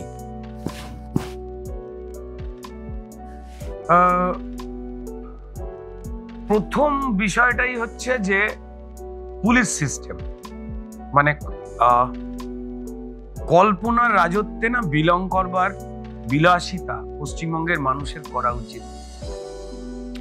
এমনি আমার রাজ্যের কবিরা যারা প্রতিবাদী কবিতা লিখতেন, তারা বন্ধ করে দিয়েছেন কাজ যেন ভয়তে, তাই আমি লিখি। আমি তো সেই অর্থে কবি নই। কবিতা লিখতে কোন বাঙালির ভাল লাগে না? অসাধারণ লেখক। আমাদের আড্ডা যারা শুনছেন, তাদের মধ্যে প্রচুর লোক লেখেন, প্রচুর লোকে।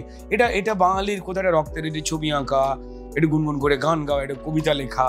তিনি হয়তো রিক্সা চালান, বা টোটো চালান, বা কোনো ছোটখাটো চাকরি করেন, কেউ না কেউ এটা পারেন। একটা এমন বাঙালি পরিবার নেই যে এই ধরনের কাজগুলো কেউ না কেউ করতে পারেন না, এমনটা নয়। মানে এটা বোধহয় পশ্চিমবঙ্গের মাটিতেই রয়েছে। বাসর রাতে যদি না কেউ জোকস বলতে পারে, কোনো ফ্যামিলির লোক, পাত্রপক্ষ বা পাত্রীপক্ষ, বা যদি না কেউ গান গাইতে পারে বা একটা কবিতা বলতে পারে, কোন বাড়িতে বিয়ে দিয়েছে কিচ্ছু যায় না, ঠিক এইভাবে মুখটা হয়ে যায়। এটা করে টাকা পাওয়া যায় না, কেউ প্রফেশন বানাতে চায় না সবাই এটাকে। আমাদের দু একজনের ক্ষেত্রে এটা জুটে গেছে বরাতে, যেটা ভালোবাসি সেইটা করে আমার পেট চলছে, তাই না? তো যাই হোক, সবার আগে পুলিশ সিস্টেমটা চেঞ্জ। আর অপরাধটা না দৈনন্দিন একটা গায়ের জামার মতো হয়ে গেছে আমাদের ভাবনায়।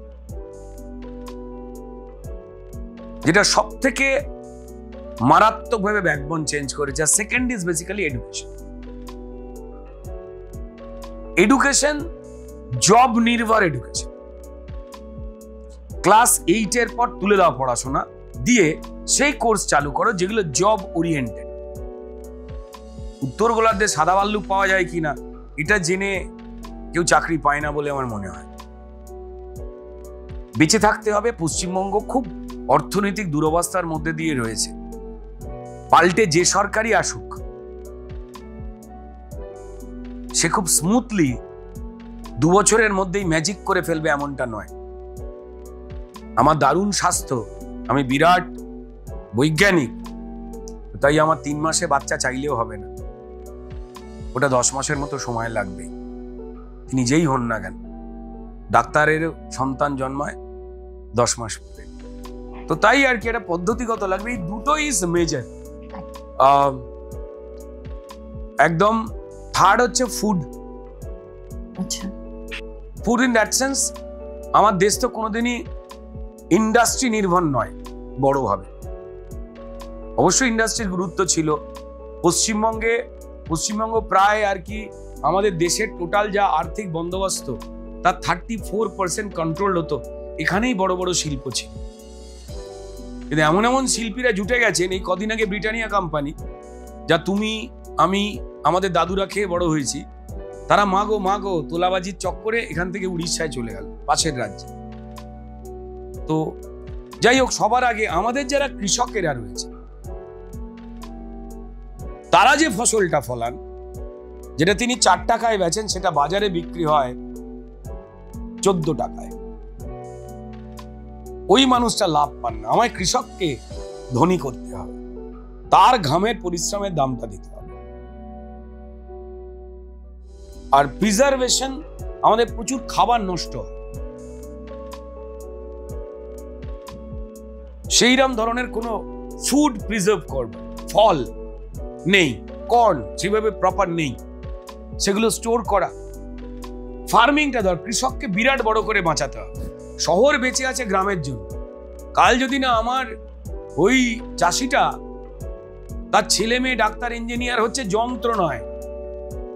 আবার ভারতবর্ষের বেশ কিছু রাজ্য রয়েছে, তার পরিবার চাই সে চাষি হোক, কারণ সে মার্সিডিজ নিয়ে বের, চাষির ছেলে।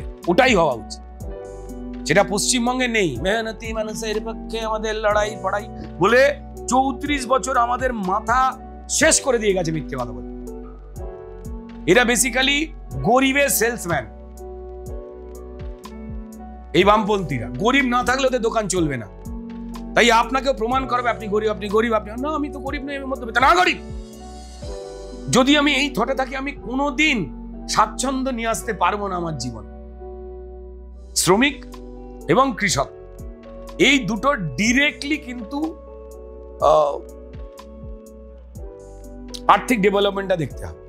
আচ্ছা, আমার এখানে প্রচুর মহিলারা রয়েছেন যারা যারা হাতের কাজ এমন জানেন। আমি বিস্তারিত বলতে পারবো না। আমি সরকারি দুটো খুব গুরুত্বপূর্ণ চেয়ারে ছিলাম। সম্মানীয় মুখ্যমন্ত্রী মমতা বন্দ্যোপাধ্যায়, তিনি যখন অন্য ধরনের ভালো কিছু কাজ করার পরিকল্পনা করতেন, আজকের মতো হয়ে যাননি, তখন শুধু আমি নয়, বেশ কিছু লোকজন ছিলেন যাদেরকে দিয়ে কাজগুলো কিভাবে ভাবনায় করানো যায় তার দায়িত্ব দিয়েছিলেন। তারপর উনি পাল্টে গেছেন, সেটা ওনার ইচ্ছা। উনি কেন নিজের নামের আগে ডক্টরেট লিখতে পারেন না, বা সততার প্রতীক কেন নিজেই মুছে দিয়েছেন, সেটা উনি বলতে পারবেন, এটা ওনার ইচ্ছা। ওনায় কেন কবিতা বিতান লিখে খেতে হয় সেটা ওনার ইচ্ছে, কেমন? তো তাতে আমার রাজ্যটাকে চেনবার একটা সুযোগ হয়েছে, এই উপকারটা আমি পেয়েছি। অ্যাডমিনিস্ট্রেশনটা জানা যে কিভাবে পরিষ্কার মানুষের উপকার করা যায়, কিন্তু তুমি করবে না, ওই জীবন কাটি আর মরণ কাটিটা কোথায় সেটা আমার চেনা। আমার পশ্চিমবঙ্গে যারা WBCS অফিসার্স রয়েছেন তারা ভয়ঙ্কর রকম দক্ষ, তারা এই রাজ্যে জন্মেছেন, তারা এই রাজ্যটা সারা দিন ভালো চান, অধিকাংশ WBCS অফিসার্স। IAS IPS রা রয়েছেন মাইন্ডি, IAS IPS রা ভালো কাজ করছেন, কিন্তু শেফ যে রাঁধুনি হোটেলে রান্না করে, সে কি বাড়িতে ওই মেনুটা বানায় ছেলে আর বউয়ের জন্য? জানে ওটাতে পুষ্টি নেই, ওটা দেখতে ভালো। ঠিক যারা সম্মানীয় IAS IPS রয়েছে তাদের একটা অংশ রয়েছে যারা এই মাটিতে জন্মাননি, তাই তাদের কাছে পশ্চিমবঙ্গটা এক্সপেরিমেন্টের। তো এই সব জায়গাগুলো, এই যারা এই মাটিতে তৈরি হওয়া IPS এবং যারা WBCS, তারা প্রত্যেকদিন চোখের জল ফেলছে। তো তাদেরকে অনেক বেশি করে একটু ভাবনার ক্ষমতা দেওয়া, খালি কিভাবে দুর্নীতি করে না ফেসে বেরিয়ে যাব সেই জন্য IAS IPS দের ব্যবহার না করে সম্মানীয় IPS এর বা WBCS অফিসারদের যদি এই কাজে ব্যবহার করা হয়, তারা অনেক ভালো ডেভেলপমেন্টের দিক দেখাতে পারবেন। জব দরকার রয়েছে আমাদের, গরিব বাড়ির ছেলেমেয়েরা, লোকজনেরা তারা হয় পরিযায়ী শ্রমিক হয়ে গিয়ে অন্য রাজ্যে চলে যাচ্ছে, আর শিক্ষিত ছেলে মেয়ে হয়ে গেলে সে ব্যাঙ্গালোর, দিল্লি, বম্বে, মহারাষ্ট্র সেখানে চলে যাচ্ছে, আর মা জানেও না যে ছেলেটার আজকে তরকারিতে বেশি ঝাল দিয়ে খেয়ে ফেলেছে কিনা, যেটাও শরীরের জন্য ভালো। এটা আমার স্টেট নয়, এটাকে পাল্টাতে হবে। আচ্ছা, আমরা তো তোমার সিনেমার জার্নি বা অভিনয় জার্নি, তোমার পলিটিক্যাল জার্নি বেশ কিছুটা শুনলাম। এবারে কয়েকটা ছোট ছোট প্রশ্ন তোমার জন্য, যেটা আমার মনে হয় সাধারণ মানুষ যারা তোমাকে ভালোবাসেন তারা জানতে চাইবেন, যে রুদ্রনীল ঘোষ বিয়ে কবে করছে? ইচ্ছা হলেই করে ফেলবো। সেরকম কাউকে খুঁজে পেয়েছো? না। পছন্দ কিরকম? কোনো পরিশ্রম বোঝেন এরম কোনো মানুষ হবে, মানে যিনি পরিশ্রম করে রোজগার করতে জানেন, যত টাকাই হোক, যিনি ঘামের দামটা জানেন। আমার যে মহিলারা শাড়ি পরে অফিস যায় দারুণ লাগে যখন দেখতে পাই ঘাড়ের এই পাশটা ঘেমে রয়েছে আর বগলের এই পাশটা ঘেমে রয়েছে। আমার সব থেকে সম্মান করতে ইচ্ছা করে সেই মহিলাকে। বা যে কাজের মাসি সকালবেলা আমার বাড়িতে কাজ করতে আসে, তারও ঘেমে থাকে এই সাইডগুলো, যেগুলো ঘামবার কথা। বা যে মানুষটা সকালবেলা মাছ বিক্রি করছেন, ওই মাসিটা আমার দারুণ লাগে। কেমন হবে? হ্যাঁ, মনের মানুষ কেমন হবে? মনের মানুষের ওই টুকটাক করার মতো।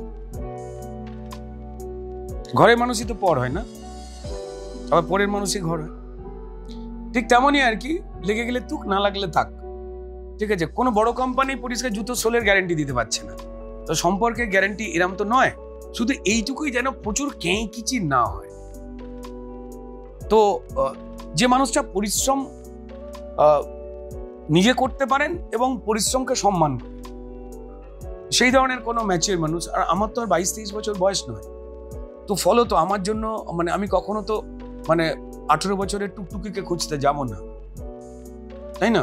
একটা ম্যাচিওর মানুষকে চাইবো, যিনি জীবন সংঘর্ষ জানেন, সেরকম কেউ। এরকম প্রচুর মানুষ রয়েছে আজকের দিনে, প্রচুর মানুষ রয়েছে। জানি না কে, যে অশান্ত পরিবেশটা পশ্চিমবঙ্গে হয়ে রয়েছে না, সেখানে আর ভাববার অবকাশ নেই এটাকে নিয়ে। দেখি 2026-এর মিডল করে তখন যদি কোনো সময় আসে, নাহলে পরে হবে। মানে বাড়িতে জনসংখ্যা বাড়ানোর জন্য তো বিয়েটা নয়, বিয়ের মানেটা তো অনেক বেশি আন্তরিক। তোমার কাছে ভালোবাসাটা কি? মানে নিঃসংকোচ যে বন্ধুত্ব, যেটা না পেলে আমি একা, নিঃসংকোচ একটা বন্ধু।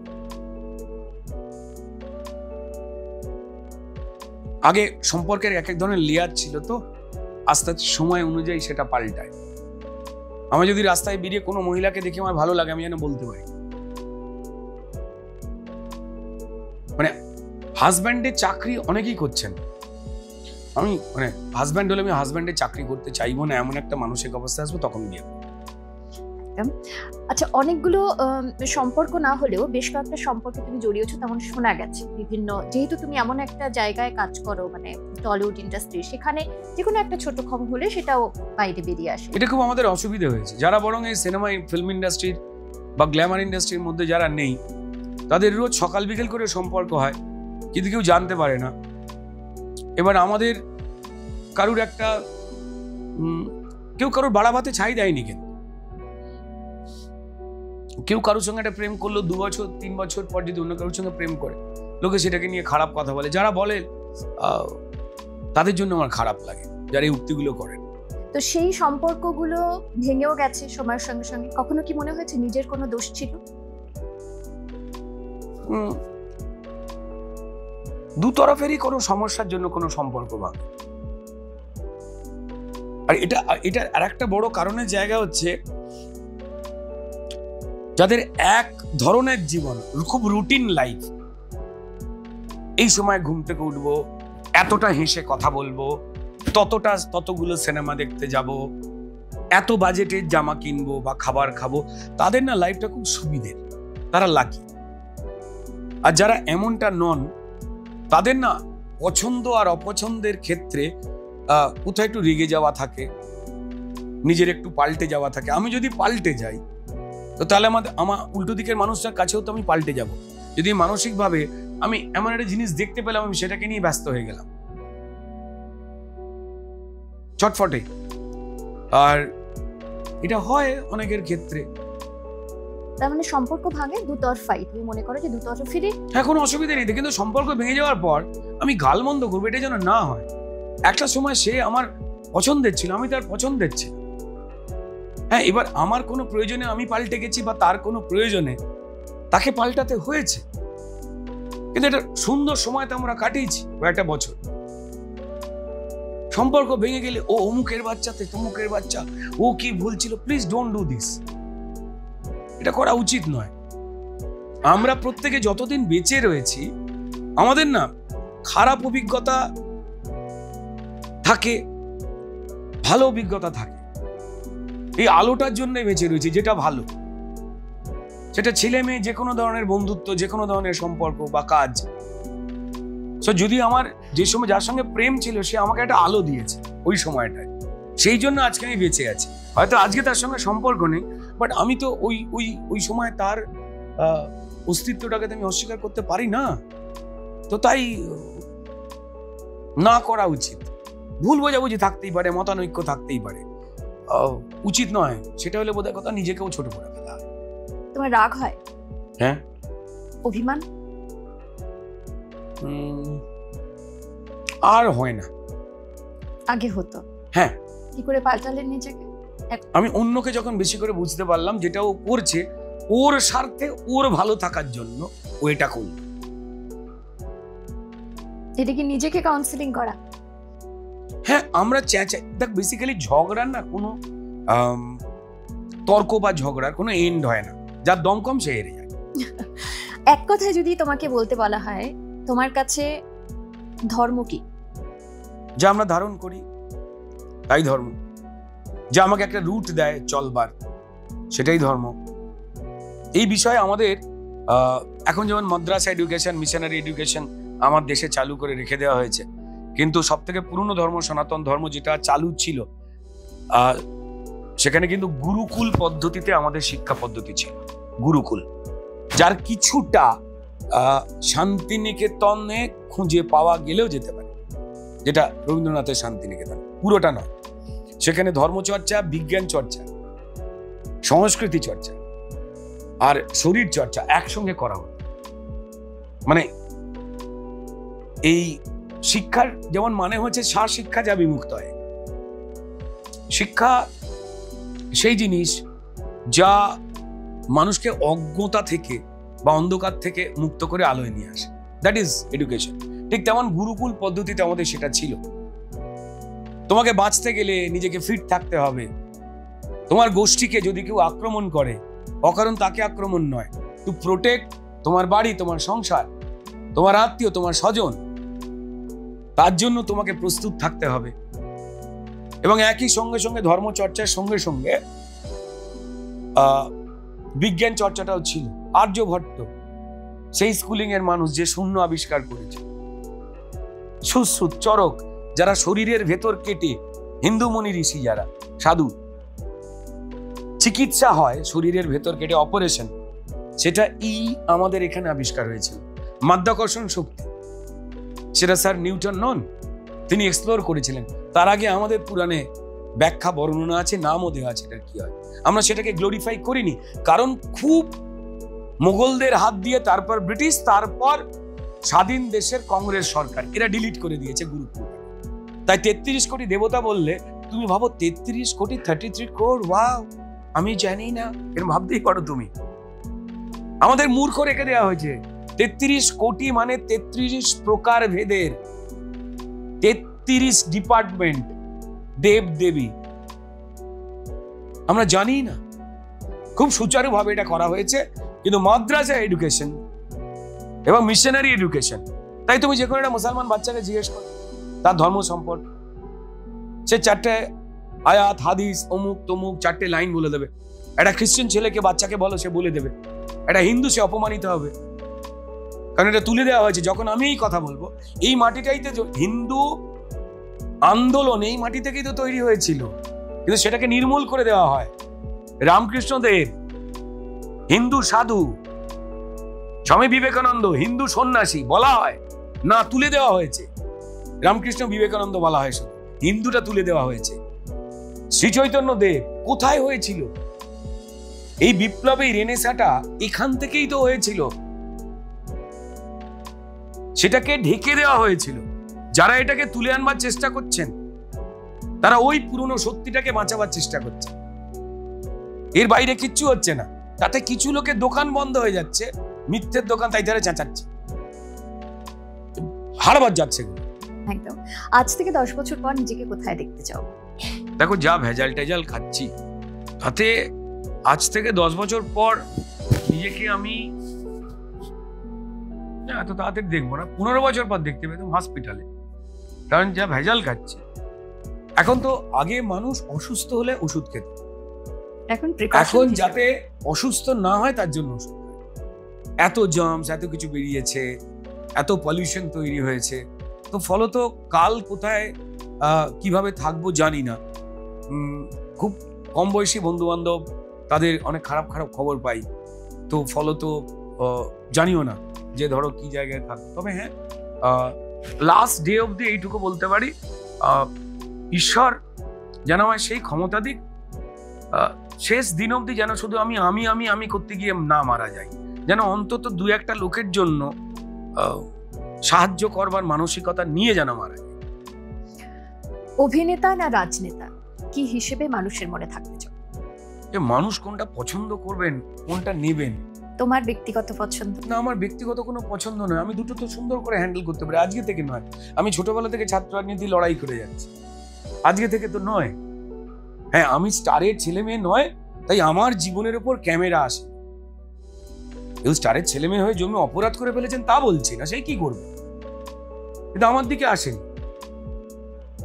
আমি ছবি আঁকতে পারি, আমি লিখতে পারি, এটা ছোটবেলা থেকেই লোকে জেনে যেত। আপনি কবিতা লিখেন, আপনি এত ভালো ছবি আঁকেন। না, আমি কি জানি, আমার থেকে ভালো অনেক লোক আঁকে। কিন্তু আমি স্টারের ছেলে মেয়ে হয়ে গেলাম, আমার বাড়িতে ডকুমেন্টারি নিউজ চ্যানেল দিয়ে, উনি ছবি এমন আঁকলেন, পিকাসোর কথা মনে পড়ে গেল, হয়নি, তাতে অসুবিধে নেই। এরকম প্রচুর লোকই রয়েছে যারা পরিচিতি পান মানুষের আশীর্বাদে, ঈশ্বরের আশীর্বাদে। তাদের 80% লোকজন কেউ কারোর পরিবার, মানে তার বাবা মা বিখ্যাত হন না। 2-1 দিন হয়তো পরিচিত হওয়ার সুবাদে চান্স পাওয়াটা সোজা হয়, কিন্তু টিকিয়ে রেখে দেন মানুষ। তুমি যোগ্য না হলে এই দেখিয়ে দেন মানুষ। আর যদি তুমি যেখান থেকেই আসো, এটা কষ্ট করে যদি পৌঁছো, মানুষ সাদরে ওয়েলকাম করে। যদি ফাঁকি না মারা যায়, যে কাজটাই করি, যেখানেই করি, ফাঁকি না মারার মানসিকতা যেন থাকে, যে ফাঁকি মারবো না। অ্যান্ড ওই বিরাট বড় কোনো কিছু করতে পারবো না। প্রচুর লোক রয়েছে, মানে প্রচুর মানুষ রয়েছেন, বিভিন্নভাবে মানুষের পাশে দাঁড়াচ্ছে। কে গাছ লাগাচ্ছেন, কে ডেফ অ্যান্ড ডামদের নাটক শেখাচ্ছেন, অভিনয় শেখাচ্ছেন। চোখে জল চলে আসে, অপদার্থ মনে হয়। প্রচুর মানুষ অনেক কাজ করছেন। আমাদের মিডিয়ারাও এখন সেগুলো খুঁজে খুঁজে বার করছে। থ্যাঙ্কস টু দেম, তাদের প্রতি ধন্যবাদ। Thanks to them. বাস একটু নিজেরটা নিয়ে তো আমরা ভাববই। মানে আমি যখন স্নান করি তখন আমি অন্যর গায়ে তো সাবান ঘষি না রে ভাই। আমি তো নিজেকে পরিচ্ছন্ন রাখি, স্নান করি, খাবার খাই, কিন্তু ওইটা খাওয়ার সময় যেন অন্তত বাকি একটু 4-5 জনের কথাও যদি কেউ মনে রেখে দেন, তাহলে শুধু নয়, সরকারের ঘাড়ে দোষ দিয়ে দিলে হবে না। একদম তাই। অর্থাৎ অভিনেতা বলো, রাজনেতা বলো, মানুষের জন্য কিছু করা এবং নিজের যে কাজগুলো সেটাও মন দিয়ে করা, সবটা নিয়েই তুমি মানুষের মনে থাকতে চাও।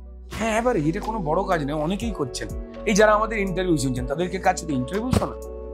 তারা কি কেউ চাকরি করেন না, ব্যবসা করেন না, পড়াশোনা করেন না, নাকি বাড়ির কাজ করেন না? যেটা যে পুরুষ অফিসে যায় তাকে যদি বলা হয় পুরো বাড়ির ম্যানেজমেন্ট সামলান, আপনি বৌদির কাজটা, আর জ্বর চলে আসবে 108, হিমশিম খেয়ে যা। ঠিক আছে, এটাও একটা গুরুত্বপূর্ণ ম্যানেজমেন্টের কাজ। ঠিক আছে, সবাই কঠিন কাজ করছে আর সবাই মাল্টিটাস্কিং পারে, সবাই পারে, আমরা বুঝতে পারি না যে করে দেয়। একদম তাই। থ্যাংক ইউ সো মাচ রুদ্রনীলদা, এতক্ষণ সময় তুমি আমাদের দিলে। আমাদের গোটা টিমের পক্ষ থেকে তোমার জন্য শুভেচ্ছা রইল। তোমার রাজনীতির আঙিনা বলো, অভিনয়ের ক্ষেত্র বলো, সবটাই আগামী দিনে অনেক সিনেমার জন্য যেমন অপেক্ষা করব, তেমন আগামী দিনে তোমাদের যে স্বপ্ন রয়েছে, যে দল জলে তুমি রয়েছো এবং সেটা যেভাবে এগোচ্ছে, তার জন্য অনেক শুভেচ্ছা রইল। আর তার সঙ্গে আমাদের গিফট পার্টনার যারা রয়েছেন তাদেরকেও ধন্যবাদ দিতেই হবে। বি মতিরাম সিলভার জুয়েলারি, তাদের তরফ থেকে ছোট্ট একটা গিফট হ্যাম্পার, মোস্ট ওয়েলকাম। আর আমাদের গিফট পার্টনার বাঞ্ছারাম, তাদের তরফ থেকে মিষ্টি খেতে ভালোবাসো? হ্যাঁ, খেতে এবং খাওয়াতে বেশি আর কি, মিষ্টিটা কম খাই, কিন্তু Bancharam is always favourite. Okay, thank you. আর যাদের কথা আরো একবার বলবো, ফার্নিচার স্টুডিও, যেখানে বসে আজকে আমাদের এই পডকাস্টের আড্ডা রুদ্রনীলদার সঙ্গে, এবং এই সুন্দর সেট পুরোটাই ফার্নিচার স্টুডিও। তো থ্যাংক ইউ সো মাচ ফার্নিটেল আমাদেরকে এই জায়গাটা দেওয়ার জন্য এবং আমাদের সঙ্গে থাকার জন্য। রুদ্রনীলদা, সবশেষে এসে বলবো, আমাদের ডেবি আনলিশড একদম নতুন পডকাস্ট, নতুন ভাবে আমরা শুরু করেছি। সো কোনো বার্তা দিতে চাইবে? নমস্কার, আমি রুদ্রনীল। এটাই বলবো যে ডেবি আনলিশড মনের আনাচে কানাচে ঢুকে গিয়ে প্রচুর মানুষের এমন বেশ কিছু কথা তুলে নিয়ে আসে যেগুলো আমাদের জানা বোধহয় দরকার রয়েছে। আমি আমার নিজের বন্ধুদেরও এই পডকাস্টের মাধ্যমে অন্যরকমভাবে বার করতে পেরেছি। খবরের কাগজে বা মিডিয়ায় দু একটা খবরে আমরা যাদের মনে করি চিনে ফেলেছি, আসলে আমরা চিনি না। নতুনভাবে চেনার রাস্তা এই পডকাস্ট, দেখবেন সবাই। Thank you once again. খুব ভালো থেকো।